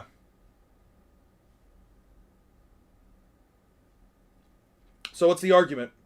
Because you're saying that's pretty self-explanatory, but I don't think you understand. Look at Luffy compared to Momu. Yeah. And you know how big Momu is? 36 meters tall. You know how big the tailed beasts are? Less than 20. The tailed beasts are under 20 meters tall. Yeah. You want a better perspective of how big Momu is? I can find one over here. No? Yes, actually. Yes. How big is Gamabunta? Gamabunta size.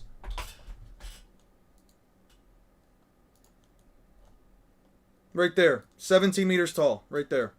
Let me know if you need me to zoom in for you. 17 meters tall. Yes.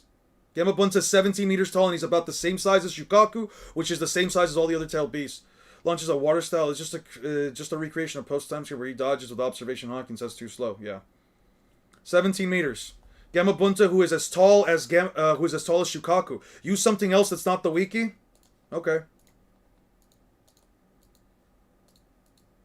I got you. Do you know where the wiki gets its information from? You know where the wiki gets its information from? The data book. Here. 17 meters tall. There you go. So, what's the argument? Come on now. There it is. Gamabunta, you need me to compare them? Right there.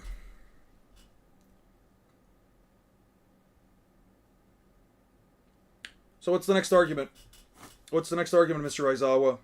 What is, what, you're going to tell me now that, Gamabunta is not actually 17 meters tall, that the only piece of evidence that implies his height isn't actually true? What's the argument? Mangas aren't perfect, okay? Okay, I don't care if mangas aren't perfect. What is that? How does that help out your argument? Explain. Explain to me. Come on. How, give me, so once again. What, the range of a Rasen Shuriken? Come on now, you genuinely cannot believe a Rasen Shuriken has a large enough range. You can't sit here and explain me to believe that the Rasen Shuriken has a large enough range that Luffy can't escape its explosive radius. Especially with the massive speed difference. Yeah. You're kind of quiet, Mr. Aizawa. You're going to make an argument or no? Because right now, here is an image of Luffy literally spinning around a creature that is twice the size that is, objectively speaking, twice the size of the tailed beasts. Yeah. Well, doesn't the art in a picture matter? I don't give a fuck about the art of the picture. I could give two shits. Authors cannot draw consistently. It's because authors cannot draw consistently. They can't draw everything to perfect scale that I could give a shit about what the picture shows. I'm telling you straight up. I don't care if it looks like Momu's not that big. I don't care if it looks like Momu is smaller in this panel. Momu is, let me show you. Momu One Piece, right here. Momu is 36 meters tall. And where does this come from? The One Piece magazine, volume 11. Momu is literally over twice as tall as Gamabunta. Give me a canon size then. If you're saying that the picture doesn't add up, I don't give a shit if the picture doesn't add up. The picture says what it says. It's stated. Over twice the size. Literally flinging him around. In the first arc of the story. Luffy can unironically pick up KCM Naruto. He can unironically pick up Kurama Avatar Naruto and fling him around if he chooses to. If he makes the conscious decision to do it, there is nothing that stops Luffy from just doing that. He is physically stronger than Naruto, yes. This isn't adding up. It doesn't add up because you choose, because it's hard for you to believe. You have nothing to say. You're just a Naruto fan who says Naruto is solar system level. Let's not be too mean. Let's not be too mean. I'm gonna take out the comment. Just let's not be too mean. I'm being honest here. I'm being honest here. Come on now. I'm giving you evidence. So you're saying that my evidence doesn't add up because it doesn't look like that on screen? That's crazy, man. That's absolutely insane. Because I'm gonna be honest with you. You have no argument here, Mr. Aizawa. What is tailed beast bombs? Cool. You're talking about mountain level tailed beast bombs. You want to bring up mountain tailed beast bombs? But that's Arc 1 Luffy. It doesn't make sense. No, it makes perfect sense. If you actually read One Piece, it makes perfect sense. We've had a bunch of combos today. It makes perfect sense. I'm gonna be honest with you. It does. You're talking about One Piece characters not being that strong? You see all these trees being sliced up by this freak? Look at all of these trees being sliced up easily by this freak who is throwing around these little chakrams, and earlier in the story, Luffy quite literally takes one of them to the back of the head. Quite literally takes one of these chakrams to the back of the head and just rips it right out of his head. Something else. Luffy is capable. You see this guy right here? You see this really weird goofball? This absolute freak? Yeah, he's creating destructive feats that are greater than Tsunade from all the way in the Search for Tsunade arc. Like what? Tsunade, one of Tsunade's best arcs. Tsunade's best arcs right here, slamming the side of a wall. Yeah.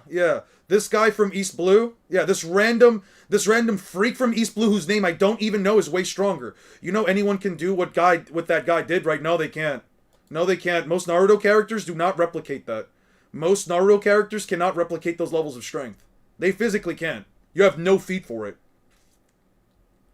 And if you try to bring up some random character in Naruto that is a random character who is known for their physical strength. I'm bringing up a random character from the start of the series. I'm bringing up a random character. Luffy, what else does Luffy do? Oh yeah, he just snaps trees. He just snaps trees. Luffy can, with his punches, just snaps trees. Tell me the time that Naruto snaps a tree with his normal physical strength. Naruto doesn't do that. Luffy wasn't actually ever dumb. He got brain damage from getting cut in the back of the head. Jiraiya took down a tree. Yes! With a Rasengan. Yes! With a Rasengan. As a matter of fact, you want me to show you something really funny? You want me to show you something really fucking funny about that? Here, let me show you something about that. Let me show you something really interesting about that. You see this? You see that? Jiraiya just fired a Rasengan. He didn't even snap the tree. He just broke out a portion of the tree. Didn't even snap it. Luffy with his fists. Luffy with his fists is snapping trees. Luffy's punches are unironically more powerful than a Rasengan from Jiraiya. Come on, man. What's next? The excuse of Luffy used precon to dodge lasers is ridiculous because remind me, what does Sage Mode also have? Yeah, we all give him the benefit. Yeah, 100%. Jeff, first of all, thank you for the 5. Can everyone here please give Jeff one of the pillars of this community that also helped me fill out the Library of Ohara. Actually, probably, I think Jeff might have unironically filled out most of the library. Can we please give him W's? Holy shit. Thank you so much. Guys, please don't spend all your money on me, by the way. I know it's just like $5, but like, please don't. I always feel weird about getting donations. Look at the Ace flashback. Ace kicked down a tree. Do I have the Ace flashback? I don't have all of Marineford. I don't think I have all of Marineford. I'm gonna have to go back for that one. But yeah. So, Mr. Aizawa, it feels wrong because you've been led to believe that Naruto characters all scale above One Piece characters. But when you actually look at One Piece without any bias, you easily come to the conclusion that One Piece is stronger. They have better feats early on. They have better speed scaling. They have better durability feats. What do you want me to tell you? What do you want me to tell you, Mr. Aizawa? What here can I say to you to remotely convince you? Because it sounds like you just cannot believe it. AI. While the exact details of how advanced armament haki work are vague, we do know that it allows Luffy to attack from the inside out. From just that description, we can extrapolate that the advanced version of There is no way this dude only has 6.27 thousand subs and has a video from 5K years. When was the last video he made? Oh, this dude just doesn't upload. That's why. Okay. This is your last chance. And using it as mentioned that armament haki is not Luffy's only attack that Hey, what's good, Al? Allow me to introduce you to Guys, I'm only gonna be around for like another, maybe like 30 minutes actually.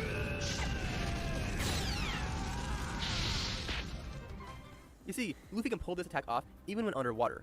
For those of you who don't know, for fire to work, you need 3 things. Heat, which in this case comes from the friction of the sponge's velocity, oxygen, and something to burn. The only way this attack could work underwater is that it must be stripping the H2O molecules of its oxygen atom. Why would this attack ever land? The oxygen part of the equation, and then using the hydrogen atom as You're acting like this attack is anything even remotely above country level. There are no feats or statements within the entire context of the story that scale up the attacks anything past continental. Even if Luffy has a perfect way to and yet you are going to ignore the fact that Luffy split a continent of ice that is tougher than metal. Definitely is. While Naruto has been compared to his father who could teleport, let's not forget that Naruto can't teleport. In fact, we know that for an absolute certainty. Ah yes, Kid Gaara and Neji. Kid Gaara who is literally using the power of the Shukaku, and Neji who's using his most powerful attack.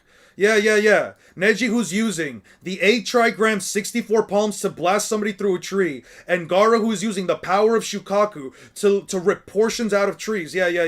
They're also destroying trees, right? These characters are totally not just casually snapping a tree with a punch. No. They're using either their more powerful attacks or they're using the power of their tailed piece. Come on now. Come on, at least use some context, dude. Teleportation does not exist in the Naruto universe. Early on in the story, we are specifically told that teleportation is just high-speed movement. I mean, I don't know how much more evidence is needed other than that. It's explicitly stated. It's not me calculating it. It's just stated very clearly. Perfect Susanoo. Heck, even Minato's body flicker technique is referred to as the second level of the Flying Thunder God technique, and that has its How big are they? Probably somewhere around 220 million miles per hour. Also, Minato's nickname is the Golden Give Flash, me an right? actual well, quantifiable scale in fact, that it implies doesn't light use speed pixels. movement. And we know that Killer Bee was able to see some kind of movement when he made the comparison between Naruto and Pixel Minato. scaling is meaningless. The only other teleportation jutsu in the story that I can recall, other than the body flicker, is referred to as having a specific speed, and that most people can't physically withstand the force of being moved at this speed. However, it had to have a set speed, as the third Red Kage and Tsunade were able to react fast enough to kick Madara the moment they materialized on the battlefield. If this teleportation was instant, they would not even know what direction they were facing, and there's no way they would have landed this hit on him with their own speed, as Madara is canonically 17 meters tall. With that out of the way, I do think he is the Naruto canonically as is large any as movement the faster than tailed light, beast. with a few other things thrown in for good measure. I think that And this there is teleportation no converts the subject down to actual subatomic particles, metric. making them invisible, intangible, and undetectable. I gave However, Kurama I do think that if benefit the of the person being doubt. moved at this speed is fast enough, they can perceive their own movement. Full For example, size. Tsunade was able to time her kick perfectly to hit Madara as she materialized.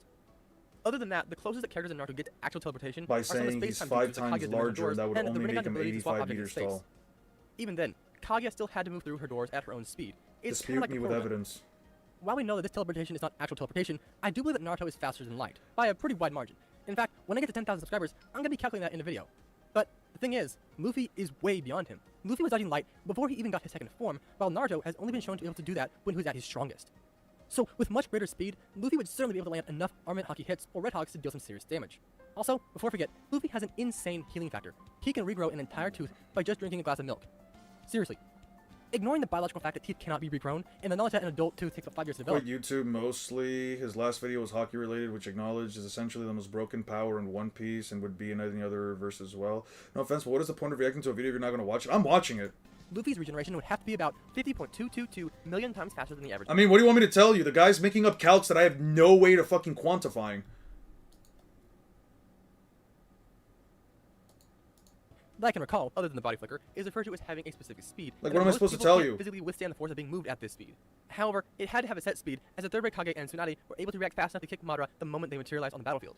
If this teleportation was instant, they would not even know what direction they were facing, and there's no way they would have landed this hit on him with their own speed, as Madara is just way faster than they are. Yeah, that's something that I've actually... you know what? I'm just going to say it. I didn't want to bring it up before, but I am going to say it.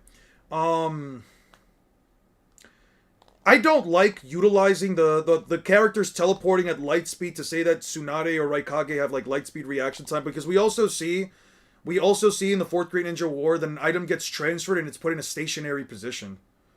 One of the... God damn, who's cooking? It smells great in here. What was it? When they were fighting against the Kinkaku and Ginkaku brothers, they literally teleport a... they literally teleport one of the... yeah. They teleport this at light speed, and it just pops in right in front of them with, like, no momentum. It, like, pops in. You could probably make the argument that when Raikage and Tsunade were teleported, they weren't carrying any momentum. They quite literally weren't carrying any momentum. You could probably argue it.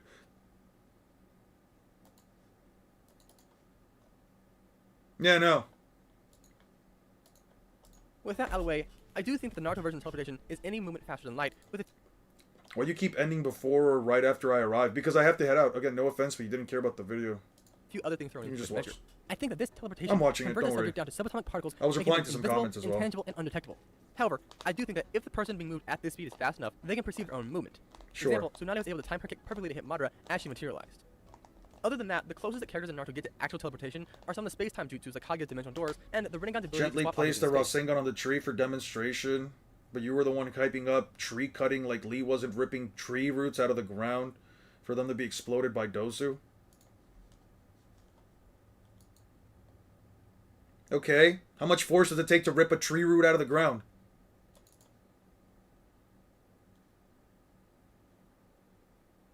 When does Rock Lee do that anyway?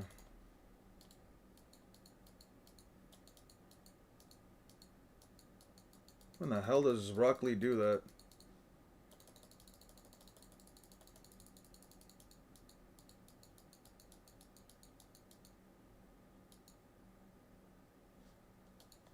Okay. Cool. And Rock Lee is one of the most physically impressive characters within the context of the story and physically stronger than most of the other... Physically stronger than most of the other Genin there. Also, use the sound wave attack to blast the tree root. Fantastic. Again, not just a physical blow. Uses a sound-based ninjutsu to blast the tree root.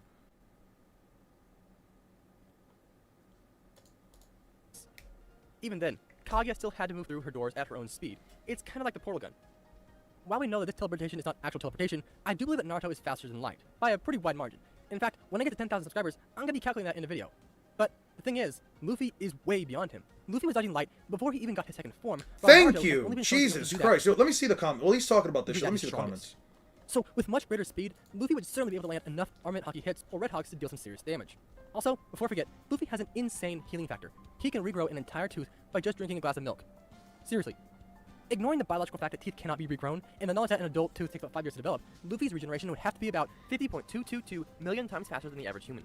This means if he broke an arm, it would heal in just under 1/15 of a second. Luffy can burn off hundreds of pounds of fat in only a few seconds, and can recover from being completely dehydrated by only drinking a gulp of water. A metabolic process like that is impossibly insane, almost Toon Force levels of insane. This is very likely better than anything Naruto has, as between the two characters, only Luffy has grown back something that cannot be regrown back. That said, this is not Drake, gonna be a thank you so one-sided much for fight, the two. as Naruto's Guys, best give me some and W's for possibly Drake. only weapon that could seriously affect Luffy, his Rasen Sharingan, is a cutting attack. Apparently, Don Chinchou's Lever card Redcon, the ice condom to crush, destroy, smash. The continent inside literally scales to the statement since it's the same feat. I have Naruto over Luffy personally, but most fans just say Naruto's stronger without proving why Naruto's stronger. Yeah. However, this is useless against Haki. Haki is not a physical material. Despite the Rasen Sharingan's ability to cut cells, there's nothing to cut when it comes to Haki. No cells, no atoms, nothing. Haki is a manifestation of Luffy's willpower. Though, if Naruto did land the Rasen Sharingan on Bound Man or Snake Man's bare spot, then it would certainly do a significant amount of damage. That is assuming that this is a bare spot, as it could just be invisible Haki. Luffy could be doing the whole Batman thing. Of course, this is assuming that this could even hit Luffy. He's so fast, he can just move out of the way with plenty of time to spare. Now, Naruto also does have some skill in Genjutsu, But if Luffy does get caught, he could likely break out using Conqueror's Haki, as disrupting the chakra flow or internal power is one of the many ways to undo a genjutsu. Though it's pretty unlikely that Naruto would actually even use one. Nope, I don't he's think no Luffy Sasuke, can and regrow I can't an think of arm. a single time that he actually did use a genjutsu in the entire series. So with the power gap, that one is stronger than the other. Not gonna lie, you can argue. You can certainly argue that one is stronger than the other. I could probably just say that Naruto does just pack more punch behind, like, let's say, a tailed beast bomb than Luffy has behind, like, let's say, the Bajirangam. But it doesn't matter. Like, that's the thing. The result of this battle is one that doesn't come from an attack being landed. It's not one where, like, Naruto and Luffy are gonna be slugfesting it at each other, just hitting each other with their most powerful attacks without, like, either one. There's no implication that even remotely implies like either one of them is gonna like fight each other like as a slugfest, or it's just punch, back and forth. That's not gonna be the case, and even then, Naruto's punches don't equate to his fucking tailed beast bombs. That's the issue, dude. gap not being that wide, Luffy being way faster than Naruto, and having two ways to bypass Naruto's defense with Armored Haki and Red Hawk, it would not take much to bring Naruto down. Yeah. Sure, Naruto has far greater training in hand-to-hand, but let's not forget that Luffy is no slouch either. He's fought Zoro, who is a master swordsman, the world's greatest Yokozuna, if you're up to date with the Baki series. Chapter 1 Luffy versus Chapter 1 Naruto. Dude, Chapter 1 Luffy is a child. The only thing you have to go off of is Luffy punching down a giant sea snake, whereas Naruto makes 1,000 clones and literally puts down a random Chunin that's weaker than a Jonin. So it's like, what do you think is more impressive? A Chunin with Shuriken Jutsu or a giant Sea King? I won't even call it a giant Sea King, just a Sea King. Then you know how OP those guys are. Luffy beat Z, who is a Marine who taught the Admirals how to fight, took out Douglas Bullet, who was briefly on Goldie Roger's crew, and is specifically compared to Silver Rayleigh, took the win from Katakuri, who most people thought was literal perfection, and one-shot some of the most skilled fighters in the New World while in Dressrosa.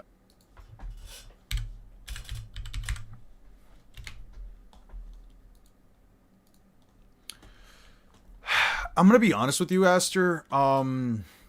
Base form, I think he looks fine. I like the Tensei gun. I like the design of the eyes. It does...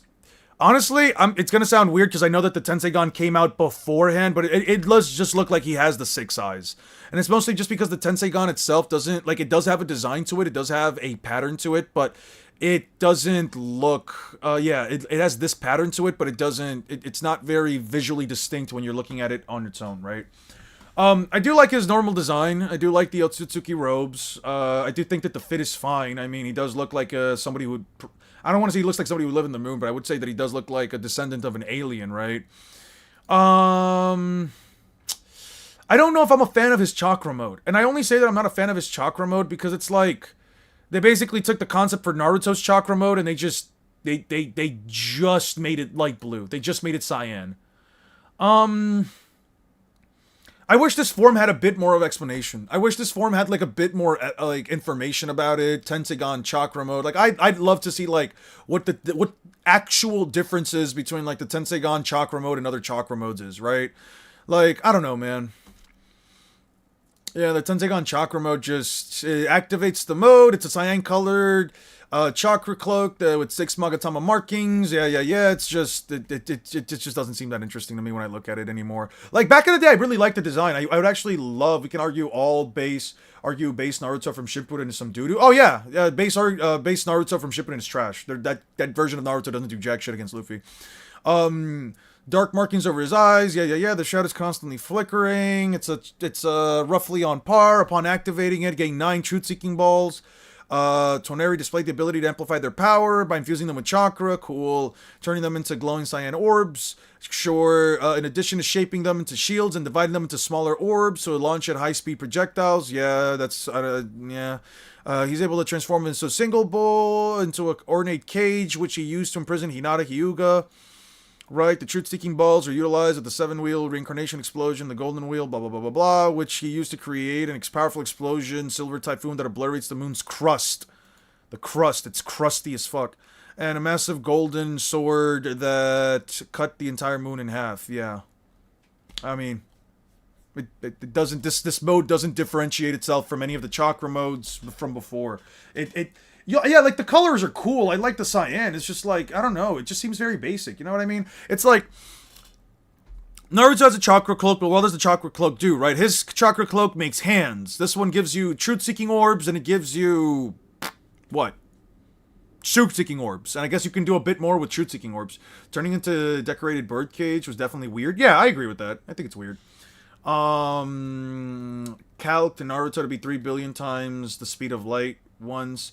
His golden wheel, I feel like he lacks details. Yeah, that's it. He definitely does lack details. I do agree with that. So you don't think that the Sea Beast that Luffy beat in Chapter 1 won't beat Chapter 1 Naruto? I'm not saying that it won't beat him. I'm just saying, what do you think is more impressive, right? A large Sea Beast that can rip off a person's arm if it really wants to? Or a guy with large shuriken, right? Like, I'm not saying I think one is more impressive than the other. I'm just saying, which one do you think is more impressive? Would on Earth... Could Naruto be 3 billion times FTL? No, I have no idea how you even remotely calc Naruto to that. There's no way you can quantify Naruto to those tiers. There's just no way you can do it. With actual canon evidence, there's no way you can do it. If you believe multiplying the pixels, you can calc them there. I mean, yeah. The TSO turning, yeah. I can get 5 to 6 FTL feats in Luffy and company pre-time skip. Me against Luffy in a boxing match, you're winning. How hard do you punch, no? How hard do you punch? No CE Yuji versus no Chakra Naruto. What's your opinion? No CE Yuji, just because I think they're both martial artists, but I think that Yuji still has a constitution on his body that is far greater than that than any normal person. Naruto, without chakra, without Kurama, is a normal person that knows martial arts. Yuji, without cursed energy, is a half human, half curse with super strength and super speed that also knows martial arts. It's a guy... you're basically pitting up against each other. Two guys, probably Naruto being taller at around like 6 feet. Two guys, one that's maybe like 4 inches taller than the other, with a bit more range versus a guy that has physics, super strength, and super speed. Like, he's a super soldier. I don't know what to tell you. Yuji is physically stronger than Naruto. The slight range difference is not going to give Naruto an edge over a guy who... I think Naruto survived the big explosion with next to no chakra in the last. I don't know if he has next to no chakra. Let me see. What was that? Naruto tanks his own explosion. The One Piece verse is objectively faster than the speed of light. God damn it, I click it and it doesn't fucking do it. Trying to figure out how consistent the light speed meta is. I know this may raise some eyebrows when you take certain moments out of context, but considering the...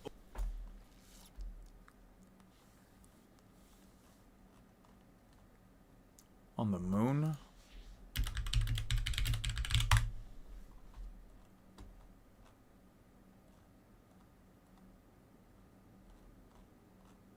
Damn. Whoa. Whoa. What the fuck was that? Alright, let me lower the fuck out of this. It's chakra, destroy Earth and the moon, Rasengan, Okay, that's okay. Cool. Cool. So Naruto can tank a tailed beast bomb. Cool. He lost so much chakra he passed out. Okay. How much chakra did he lose? Was that a portion of it or was that the full thing? Because I would say that, yeah, that would be about what a tailed beast bomb can do. Yeah, I would say this is what about a tailed beast bomb can do. Cool. Who would win? Equal stats, no powers. Naruto versus Luffy versus Ichigo versus Yuji. Luffy. Oh, equal stats? I don't fucking know, dude. At that point, you're basically just comparing who has the better hacks. Definitely not Ichigo. Probably not Yuji. Unless you give him domain expansion. Naruto has TSO, so they're more than likely to land now. Ichigo's not in this conversation because he doesn't have any hacks. Luffy might be able to turn things into rubber, but it now just depends on whether or not you think he, with equal stats, has the physical force to crack them. Like, when you have to equalize stats, it just basically boils down to who has better hacks. Stats can beat out hacks if the difference is great enough. To be honest, Toneri feat of splitting the moon is not that impressive, and neither is Naruto tanking it. It was an attack made up of TSO, so it's just hacks, no AP. Naruto has resistance too. Yeah. That's just 4 dudes boxing. With no powers, wait, equal stats, no powers? Probably Luffy outlasts all of them then. I don't think Luffy or Yuji are getting outlasted by Naruto or Ichigo in terms of raw endurance.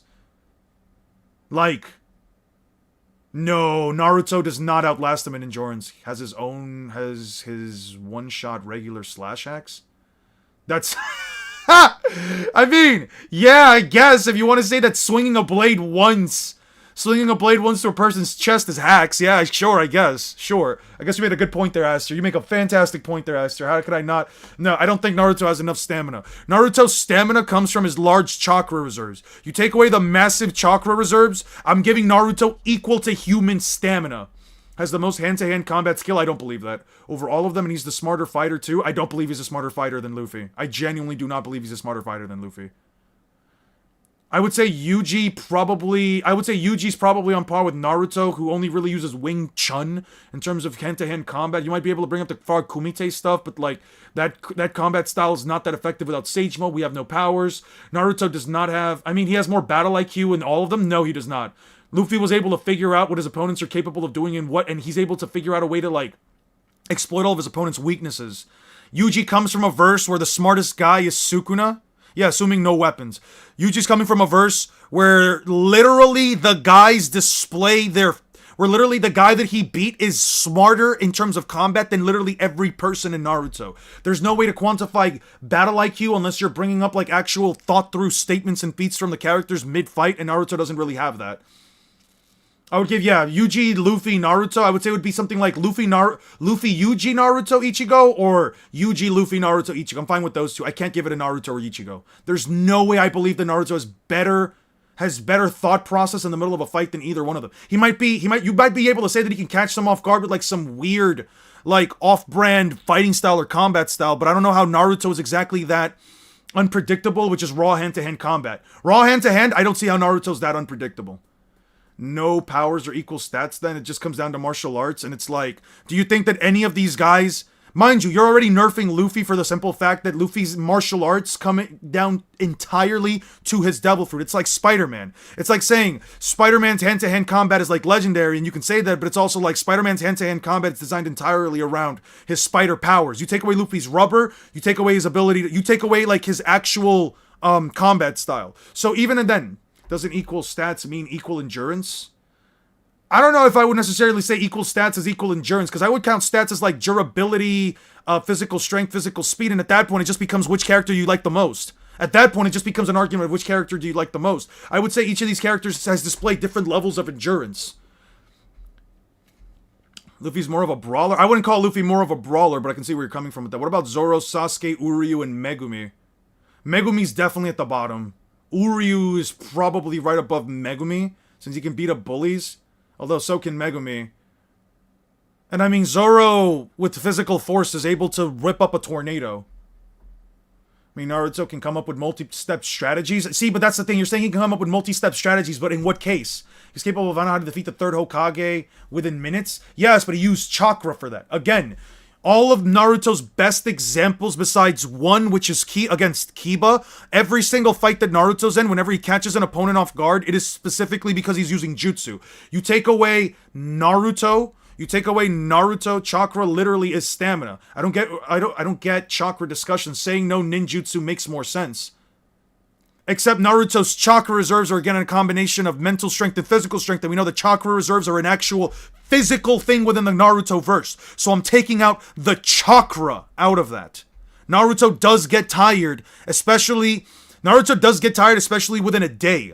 Especially after a couple of hours, Naruto does get tired, especially from training, by just simply dropping and using up those large stamina reserves of his. That's my point.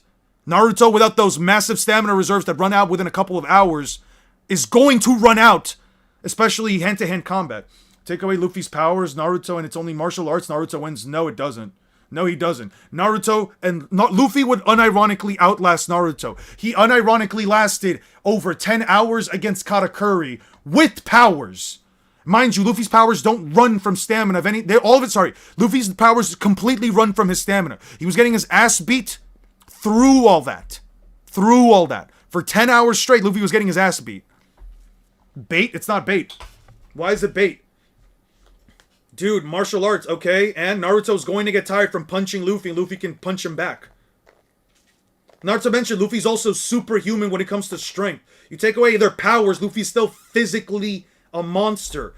Once again, you're talking about a guy with powers that can do this to a tree. I'm talking about a guy with physical strength doing this to a tree.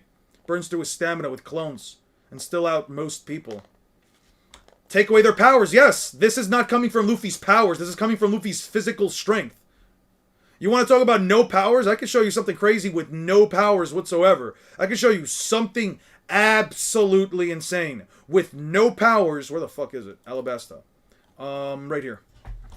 When the fuck does Zoro, where is my boy Zoro? Yeah, talk about no powers, yeah. They're talking about no powers. Yeah, that's Zoro. Lifting up a giant building. Lifting up a building after tanking an attack that split him. That hurt him, yeah.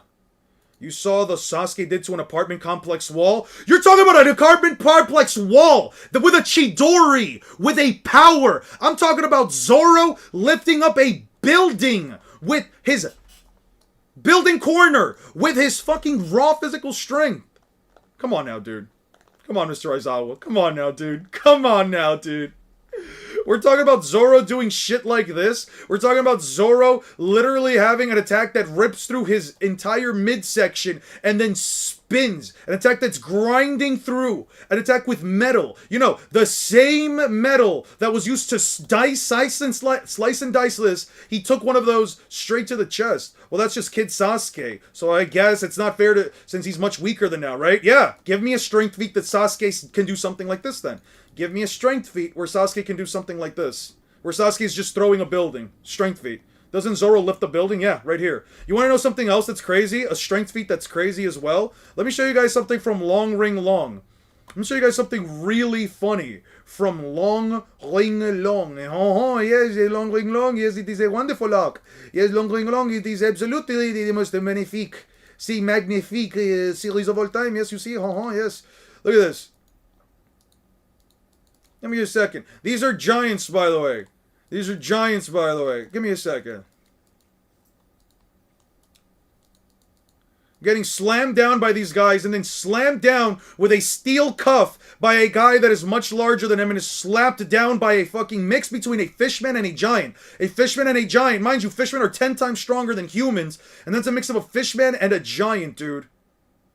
What lifting strength does Naruto have? Just raw physical strength. Raw physical force. What powerful strength feat does Naruto have? Here's Zoro literally sending a guy flying with physical strength. Once again, zero sword style. No sword style. Dragon twister. And then he sends a guy flying by spinning his arms. He created a whirlwind. He created a whirlwind by literally flipping his arms around. Oh, you want to talk about Usopp? Let's bring up Usopp real quick. You know, the guy that can tank. The guy that can tank a 4-ton explosion straight through concrete. The guy that can tank a 4-ton bat straight to the face. Straight to the fucking face. Tanks already in a fucked up condition. Already in a fucked up condition tanks a wall, then a 4-ton bat to the face. Yeah, come on now. What do you want me to tell you? By the way, look at the explosion these guys are tanking and shit like that. Look at the explosion that their enemies are tanking. Well, One Piece is just unrealistic, not my fault. So is Naruto! Naruto's unrealistic! What the fuck do you mean? Jesus Christ. Alright, you're getting timed out. Yeah, the series with a giant-tailed beast and an extra organ that people have. And aliens that come to Earth and eat chakra fruit. Yeah. Yeah, Naruto's totally not unrealistic. The series that has giant fucking talking toads. The series that unironically has giant toads that talk back to you. Yeah, that's unrealistic, right? Yeah, that's totally realistic. Yo, guys, do any of you guys have, like, little toads? Do any of you guys have little toads?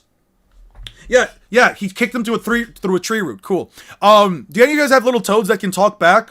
Yo, I remember when I was a kid, I had one of those toads, you know, like the ones that talk back, the ones that, like, speak to you, the ones that can have, like, full comprehensive conversations with you guys. Yeah, I had one of those when I was a kid, man.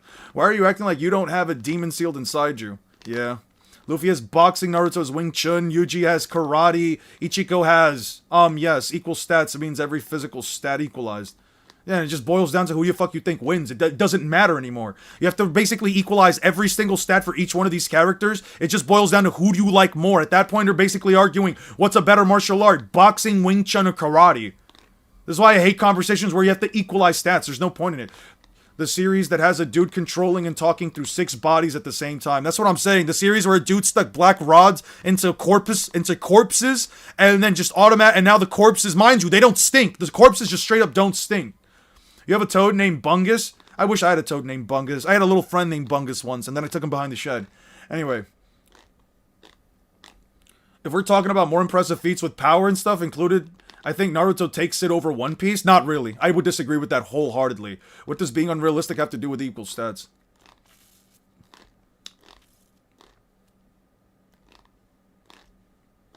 Every time I hear Naruto is more realistic, my head just spins. The series where a snake dude reanimated a bunch of old dead dudes. That's what I'm saying. A series where a snake dude can stretch out his neck and then shoot out a sword that stretches beyond its fucking range for over several fucking meters. Yeah. That's the most realistic series. Every guy remembers getting freaky with their first clone. That's what I'm saying. Every single one of you. Hey, when was the last time you guys used the shadow clone jutsu? I remember when I was like 10 years old. I made a shadow clone jutsu for the first time, and I was having him steal from the cookie jar. Oh yeah. When my school taught me the transformation jutsu, because Naruto's realistic. It's just an emulation of real life. It's just an emulation of like real life things. Since Naruto's like the most realistic shonen of all times. Man, yo, you guys remember when when your teachers taught you how to do the transformation jutsu? Oh man, when I was 16, man, I was out here acting crazy. I was making shadow clones. I was out here making shadow clones that looked like every single girl in all the swimsuit bikini things that I found back in like when I went to like Target and shit like that, right? All the sports magazines with all the girls in their bikinis and shit like that. Yeah, I was having my shadow clone transform into them, right? Because that's so realistic, right? Because that's what we humans are capable of doing. Yeah. Justice for Bungus? Don't remember that. What we did with Shadow Clone Jutsu and the Sexy Jutsu stays in college. That's what I'm saying, right? Like we're all adults now. We don't do those things anymore because it's obviously people being 19 feet tall, people look goofy, weird, etc. And you're saying Naruto's unrealistic. Take the bias glasses off, just as realistic as Bleach. Yeah, I'm making a joke. I'm out here talking about how some dude said Naruto is realistic and One Piece isn't. I don't give a shit if One Piece is unrealistic. I don't give a shit if Naruto or Bleach are unrealistic. The series are fucking fiction. That is why they are unrealistic. I'm not going to sit here and entertain the idea that, Naruto is a more realistic series, therefore it takes itself more seriously. That's the issue. I don't know where you're coming from, Son Gokuda, but if I remember right, you were one of those dudes from, what was it, this week or last week, that were making super disingenuous arguments. Imagine being centuries-old demons looking for teenagers they are stuck in opening in the incognito tab for the 3rd time in the day. That's what I'm saying. The real reason why they don't want to get out, the real reason why the far right, while Trump and all those fucking assholes don't want to put out the Epstein files, is because they're afraid of what Orochimaru is going to do to the United States if it comes out, because he's also going to be in the Epstein files, man. That's why the Epstein files aren't being put out, because Orochimaru, Obito, half of the Akatsuki members are all in the Epstein files, man. Imagine not having a chakra. That's what I'm saying. Like, imagine not having a chakra system. Imagine it being so out of whack, so unrealistic to live in a verse where you have like these magical fruits that give you powers, but the series with an entire extra organ system. It's totally realistic, man. Oh my god, if Naruto's realistic, why are there giant foxes? Why is there a clone of yourself? Why are there summoning snakes from their mouths? That's what I'm saying. Nah, you can absolutely achieve what Orochimaru can do. You're just not trying hard enough. I don't want to even remotely do what the fuck Orochimaru's done. That motherfucker is definitely in the Epstein files. Where would you scale people like Zoro or Sanji? I personally say they're around large moon or small planet. Beyond continental. I have nowhere to put them but beyond continental. That's all I can give you. Beyond continental is all I can give you. I don't have. You can somewhat debate the more out of ordinary and unrealistic the verse, the less sense they make. the more out of ordinary and unrealistic the verse is, the less sense they make to scale. So there's no point in saying One Piece is stronger because it's nonsensical, unlike Naruto. First of all, I agree with you entirely. The more unrealistic, the more out of whack a series is, yeah, the crazier it is to scale. The higher the scaling is just going to shoot up because shit there just doesn't make sense. You're basically playing with like things that we already understand as human beings. But the thing is, One Piece still takes itself seriously. One Piece still has scaling that takes itself seriously. The only argument that I'm saying here, and the only reason why you don't see some random dude pop up in my chat making a bunch of disingenuous bullshit arguments, is because I muted him, Gokudera. But the fact here is, I agree with you. And it's because, and part of the reason that One Piece scales so much higher than Naruto is because it takes things to such a higher and unrealistic scale. You have a guy who physically can lift up and throw the side of a building. Naruto characters in general cannot do this, even on the higher ends. Kakashi's not lifting a building off of him. He is not doing that. That's all I'm trying to argue here. Y'all think Jiraiya's in the files? Jiraiya's 100% in the files. Both Jiraiya and Orochimaru. The only reason why they don't put... It's not physical organ. They can be damaged by an internal injury. Yes, it is a physical organ. It is a physical organ. Well, you can debate that Naruto may be more whimsical and wackiest, so they scale higher. No, you cannot. You cannot argue that Naruto is more whimsical and wackier than a series where a guy who can literally shoot a beam made out of light looks like this. There is no way you can even remotely argue that. Now we're saying that Naruto is more unrealistic than One Piece, right? How is Naruto more unrealistic than One Piece? And no, One Piece doesn't scale above Naruto for those reasons exactly. It scales above because they have better feats. They lied about the official document so he can join. Well, you can, Naruto doesn't have strength feats. They have hacks. Saitama Haiki a bum? Yeah, I agree with that. Aren't half of the Akatsuki teenagers? Sasori's not a teenager. Deidara probably. Kisame definitely not. Itachi should be like what?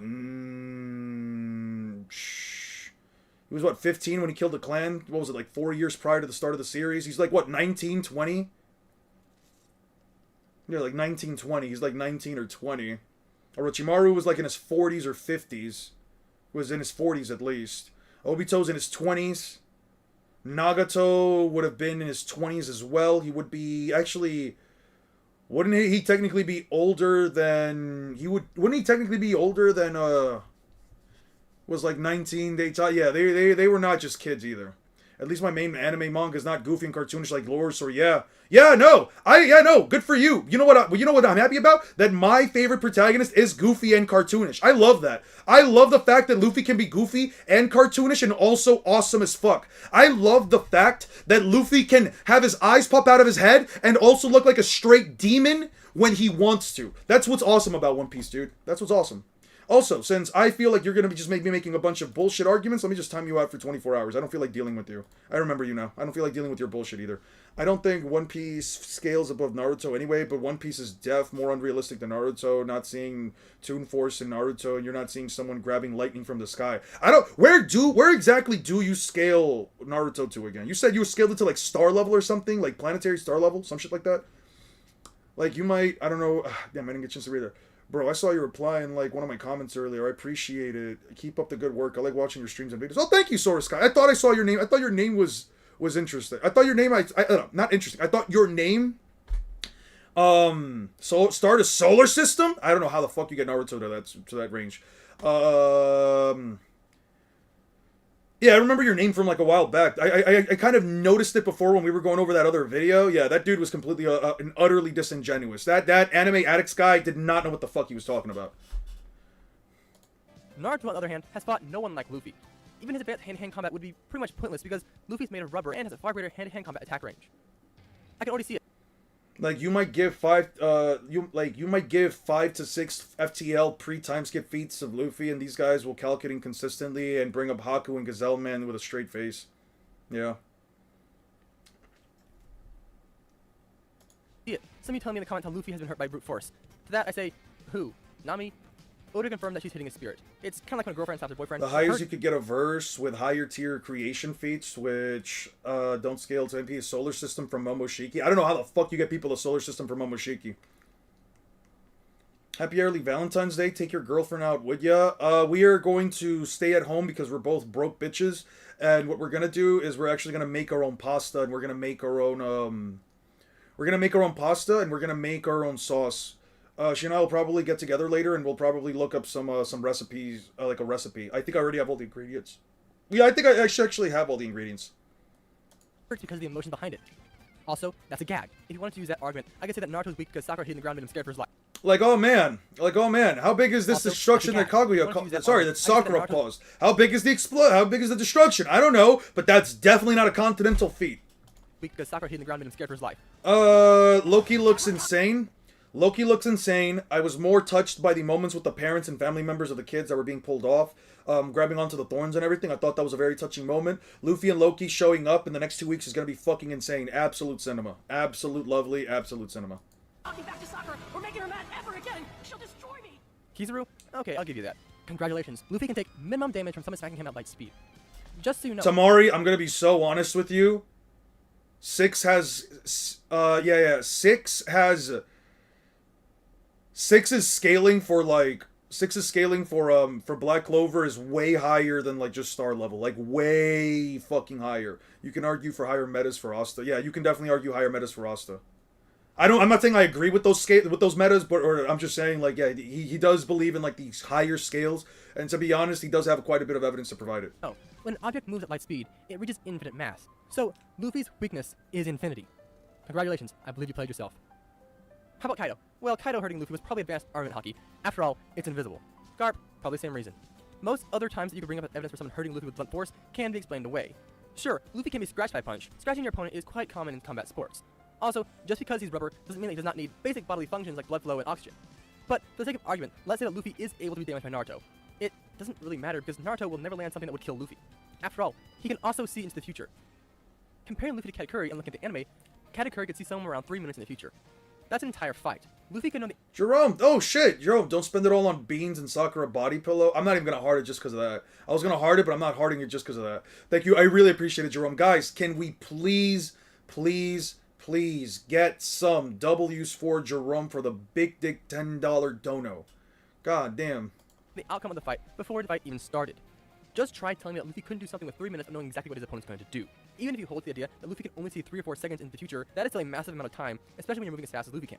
Seriously, try giving your average Olympic sprinter a 5-second head start against Usain Bolt and see what happens. All this is not even mentioning how Haki might be able to counter Chakra. Haki is an external power source that restrains internal. Eon versus free speech, who wins? Free speech beats me every single day because I truly believe in free speech. I will give up.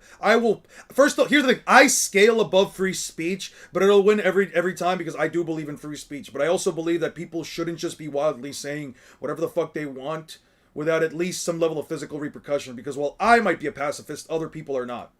So a normal Haki punch might be able to pass right through Naruto's chakra cloak and hit him.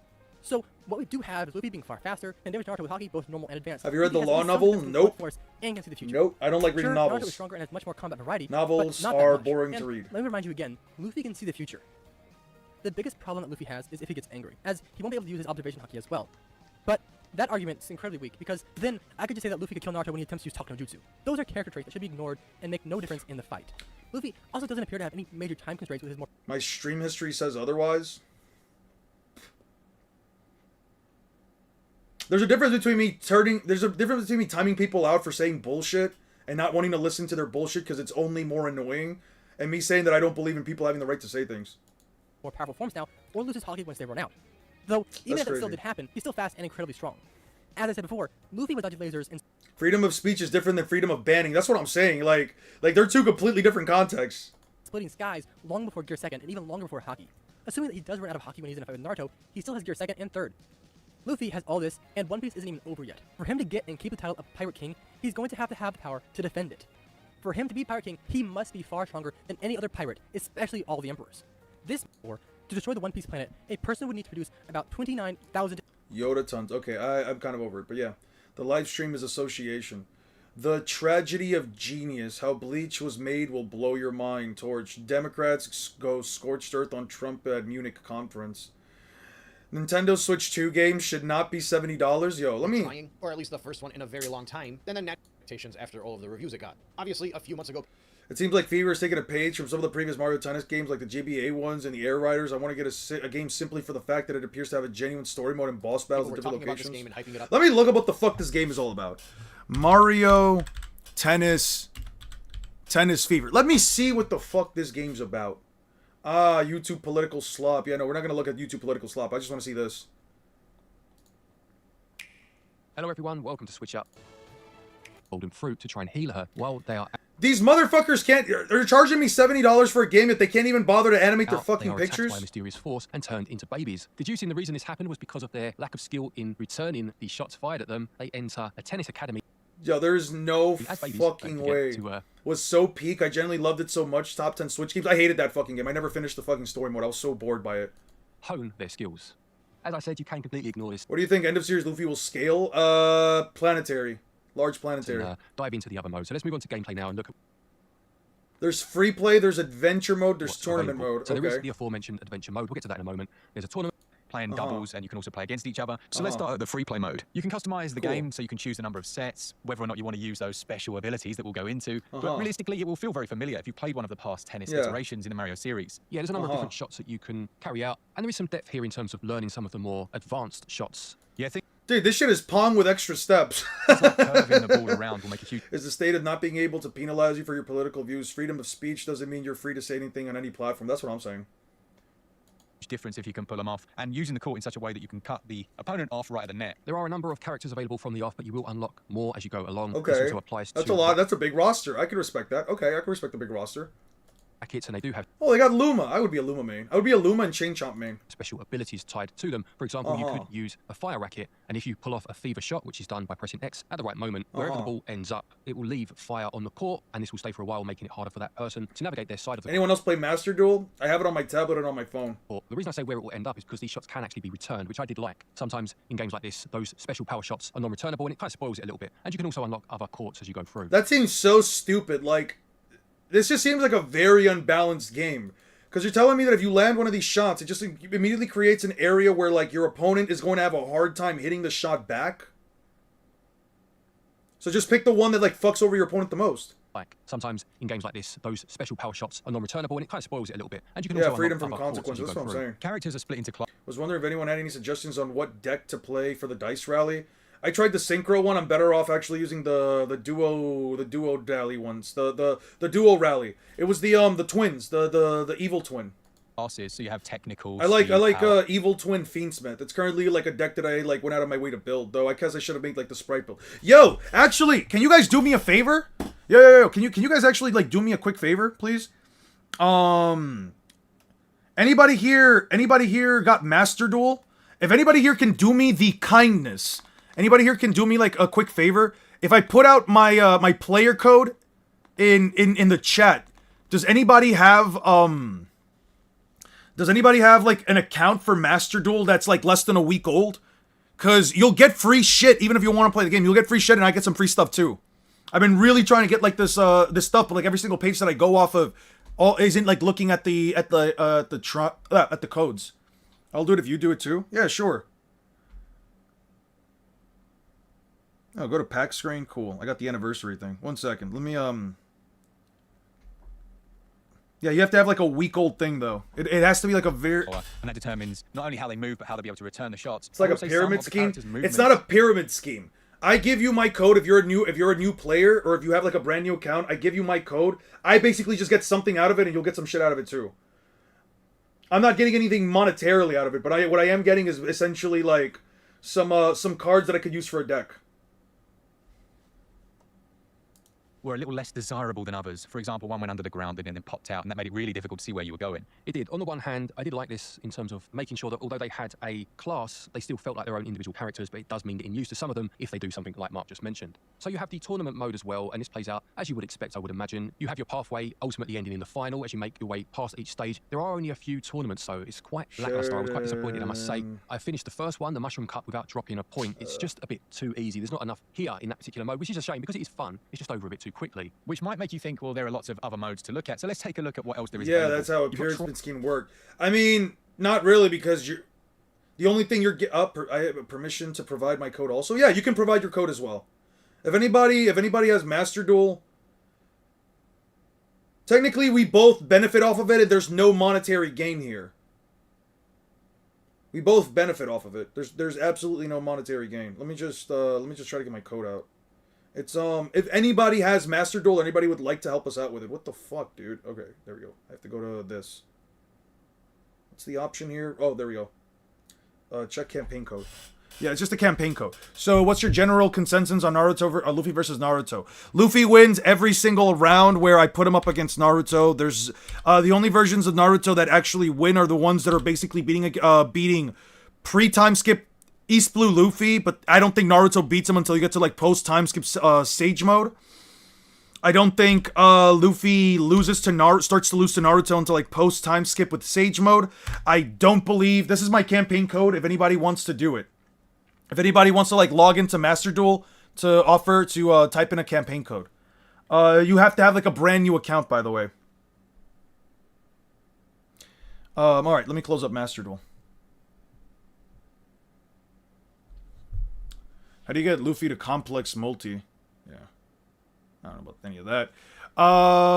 Sorry for the late response, but those are my thoughts. Also my thoughts on the new chapter, especially as an older brother myself. Rhodes' part of the chapter hit a little harder. Yeah, I do think that like Rhodes, even if his little brother didn't really care for him or whatever, I do actually like have a lot of respect for Rhodes, especially after that moment, because it really goes to show that like even a coward like him isn't somebody who is going to stand by and just allow and watch family die, just for the simple sake of like having fear, right? So going back to like the scaling, right, for Naruto versus Luffy. I think East Blue Luffy only starts to lose until like Sage Mode Naruto. I think that I'm gonna be honest with you, I think that second gear Luffy honestly gives not KCM to Naruto plus Sage Mode a run for his money. I think he legitimately gives him a run for his money. I think that he's legitimately too fast. And oh wow, it only works on new accounts. I've been on since day one. Yeah, it only works on new accounts. That's why campaign codes are a bitch. You have to essentially make a brand new account just to like talk about it. Your profile says you're a biased girl, the biased girl you are. DMS Kakashi uses combo to take off Luffy's head from a distance. The game is over. Can't comprehend the power difference, kiddo. And you can't seem to comprehend the fact that Loki will literally know what he's going to do before he does it. Observation hacky, brother. Regardless of you replying, I'm not going to, because you went out of your way to insult me right off the bat. Okay. Sorry. Alright, back to this. What the fuck are we looking at? Oh yeah, this. Royal Towers, how does that work? It reminded me a little bit of the tower mode in something like Mortal. Is that if you want to play in multiplayer, which motion controls of the Joy-Con. Now I have recently torn a tendon in my rotator cuff, so as much as I love you all, I didn't try this mode out. I didn't want to re-injure myself. That causes it to not play out as you would expect. And I think being critical, this is the area that we really didn't click with. Those modes just are a little bit confusing, which for Nintendo seems at odds with their general ethos. There were some that were better than others. I quite enjoyed the pinball one where the ball hitting the bumpers would manipulate the bounce and you had to be ready to move at a moment's notice. I could see the value in that one, but the ones in the mural, just, to be perfectly honest, quite ridiculous. As I said, it starts off as you would expect. You get a few points ahead, then something would happen where you had to aim for one of the seeds to score points, but it was just absolute pandemonium on screen. You couldn't see what you were doing. I couldn't, at least anyway, and you were just waiting for this mode to end, hoping that you hadn't lost by that point, so it could go back to normal and you could try and win the rest of the match. And then we'll finally look. Are these Nintendo games really that good or popular? I swear they're at best family time games or something. Yeah, no, like a game like this is probably fun if you're playing it with like friends and stuff like that. And unless you really like Mario Tennis, it's not really going to be a game that you can dig a lot of time or energy into. Yeah, the stream's going to end in a little bit. To play rather than offering me any sort of challenge. There are like it's mostly just like minigame stuff with tennis. It's tennis with minigames. Shots to learn. So I did like the hidden depth that is. But like, let me ask you a question. Do you think a game like this is supposed to be worth $70? Like what? How much does a game like this actually offer? How much does a game like this actually offer for it to be worth $70, tennis dude? Gameplay is fun, isn't it? It's just the other stuff doesn't feel quite up to the usual Nintendo standard. Yeah, I'd agree with that. Gameplay is a curious one because if you get involved in a decent rally or you're playing with a friend, it is a lot of fun. You have the online mode as well, of course, but there's just too many gimmicks and too many modes that don't pull their weight. And on the whole, I think 14 out of 20 is fair. Controls are one of the strongest aspects of the game. Out loud, it sounds like a decent amount, but for me, the adventure mode is very much a one and done. The mix it up mode, which is one of the but we feel that you cannot have a one-size-price-fits-all for Nintendo games. Yeah, absolutely agree. I think if Nintendo want to up their prices for this generation, as they clearly have done, 59 odd pounds in the UK, as I mentioned, that can't apply across the board. If that's the price of the next Mario platformer, then fair enough. But does this game justify that price? I don't think so. Some people will get more mileage out of this than others. That's just the nature of sports games. And I will reiterate that once you're playing the matches themselves and you're getting into a rally, it is fun. That's not to say this game doesn't have any merit at all. It's just way too expensive for what it offers. With that said, value unfortunately can only get 10 out of 20.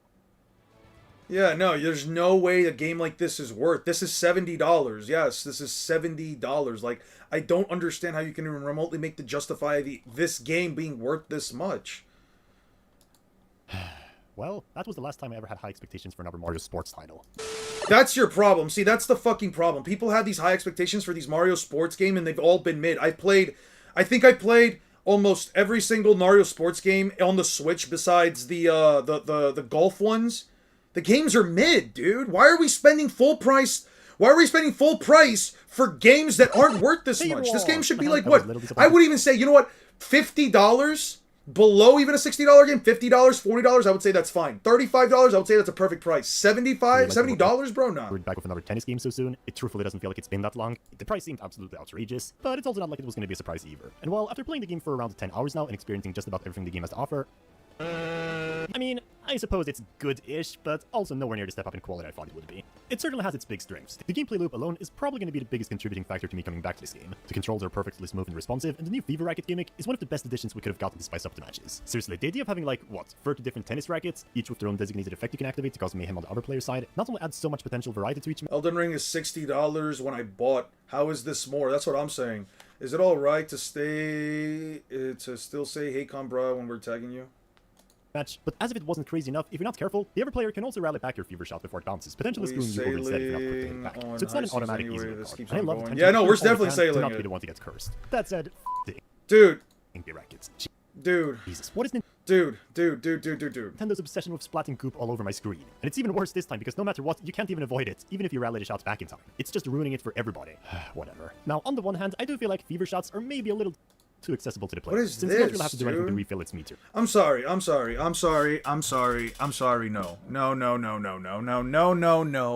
I'm not going to sit here and entertain the fact. I'm just going to show you guys something crazy.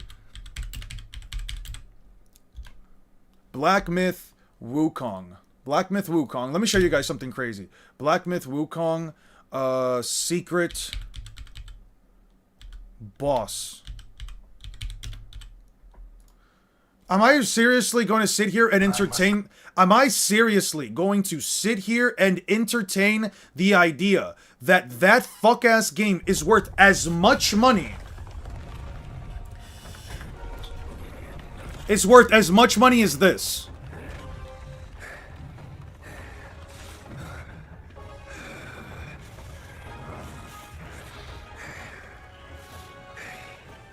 None has what it takes to push me into this fight. This monkey. I've been thinking of you every day since.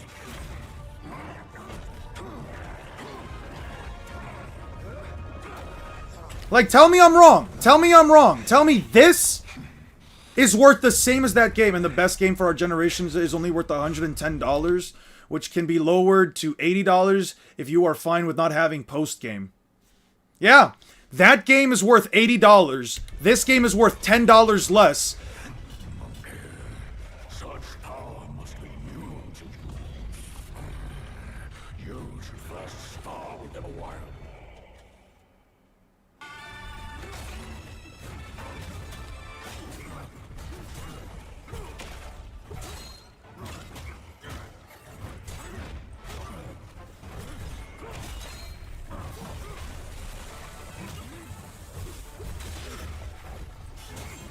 Yeah, I don't know, man.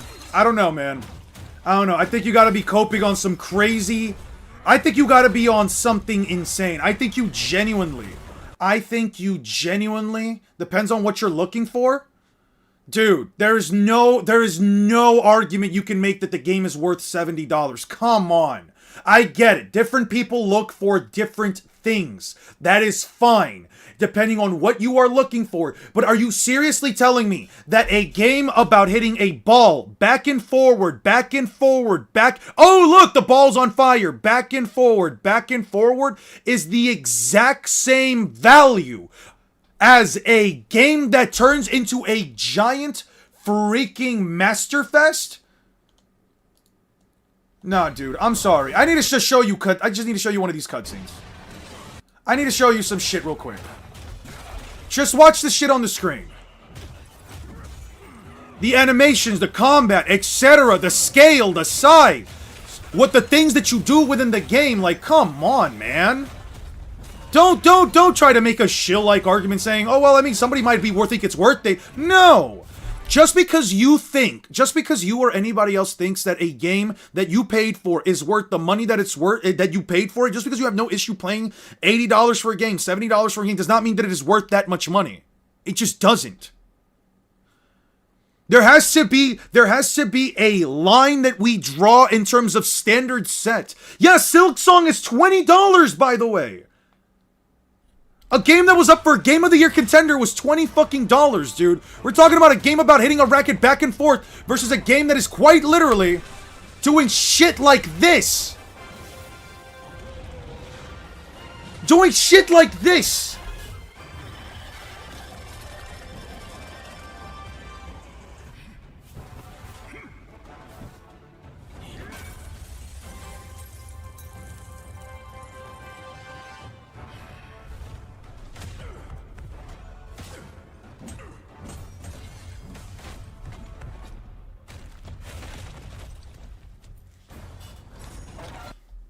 Like, dude, I don't know, man. I don't know. I think you guys just gotta be on some high-grade amounts of copium. I think you genuinely have to be on some high-end grade amount of copium just to believe that, man. I don't know. That's just me, though. Holy shit, Drake, wanted to top off what was already given? I appreciate that.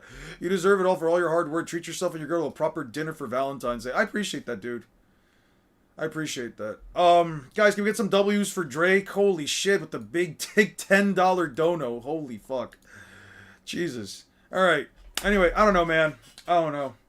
I think that's it for me. I think I'm done. I do have to, like, get ready for my... I do actually have to start, or at least hopefully get my girlfriend's gift out of the way.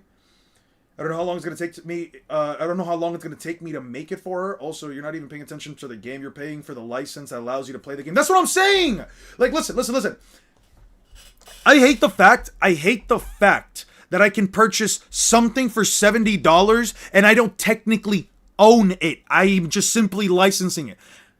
I can't say no to the entire gaming industry at this point just simply because, hey man, if I'm not allowed to own my games, sure, fuck it, whatever. I have to make a compromise at some point as a gamer because I'm not going over to PC. Fuck playing on keyboard and mouse. That shit's gross.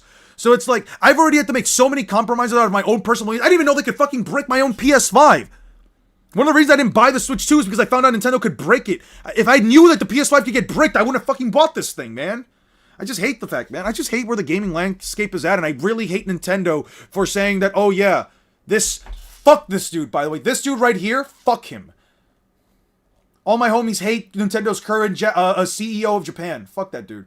Anyway, I'm basically over it. I'm going to watch some stuff on the side. What does bricked PS5 mean? It means that if I were to ever modify the console that I spent $500 for, if you are to modify it in any way, and Sony finds out about it, they can go to a server, press a button, and they can brick the console, meaning that even that from a software perspective, the console will no longer turn on. You can use control on PC, yeah, but I'm not using... I don't like the idea of PC gaming. The idea of PC gaming is cringe as fuck to me. Nintendo is truly losing itself to greed. That's what I'm saying. We need more consumer protections. I agree with you. If I could vote, the one thing I would vote for, it would be to stop killing video games. That's one thing that I 100% agree with. But anyway, guys, that's it for the stream. I'm also gonna have to rename the stream because I did no fucking research, dude. Yeah, you play on PC? Good for you. I think PC gaming is cringe as fuck, though. Guys, that's it for the stream, though. By the way, the CEO said that in the future, you won't own a PC, and a PC will only be rented. You know what? That's the end of gaming then. I think I would have to just stop being a gamer at that point. Because if even PC gamers can't do it, if PC's like quite literally the last bastion of fucking gaming, considering that it's got that Steam actually lets you own the licenses. But whatever, man. It's fucking stupid. Unironically skin him. Yeah, it's fucking terrible, dude. In Minecraft. Nah. Yeah. It'd be like that. Have a good day, guys.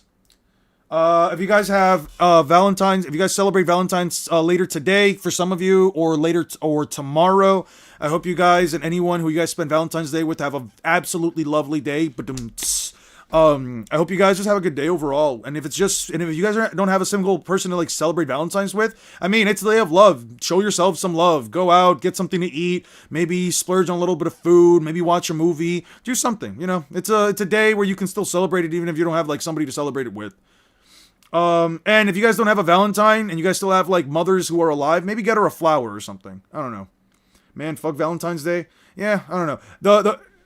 The first time, I don't know. I think the first time I ever gave my mom a flower for Valentine's Day was last year, and that was just because of her girlfriend. So it's a habit you guys should maybe keep. Yeah. Have a good one, guys. Peace out.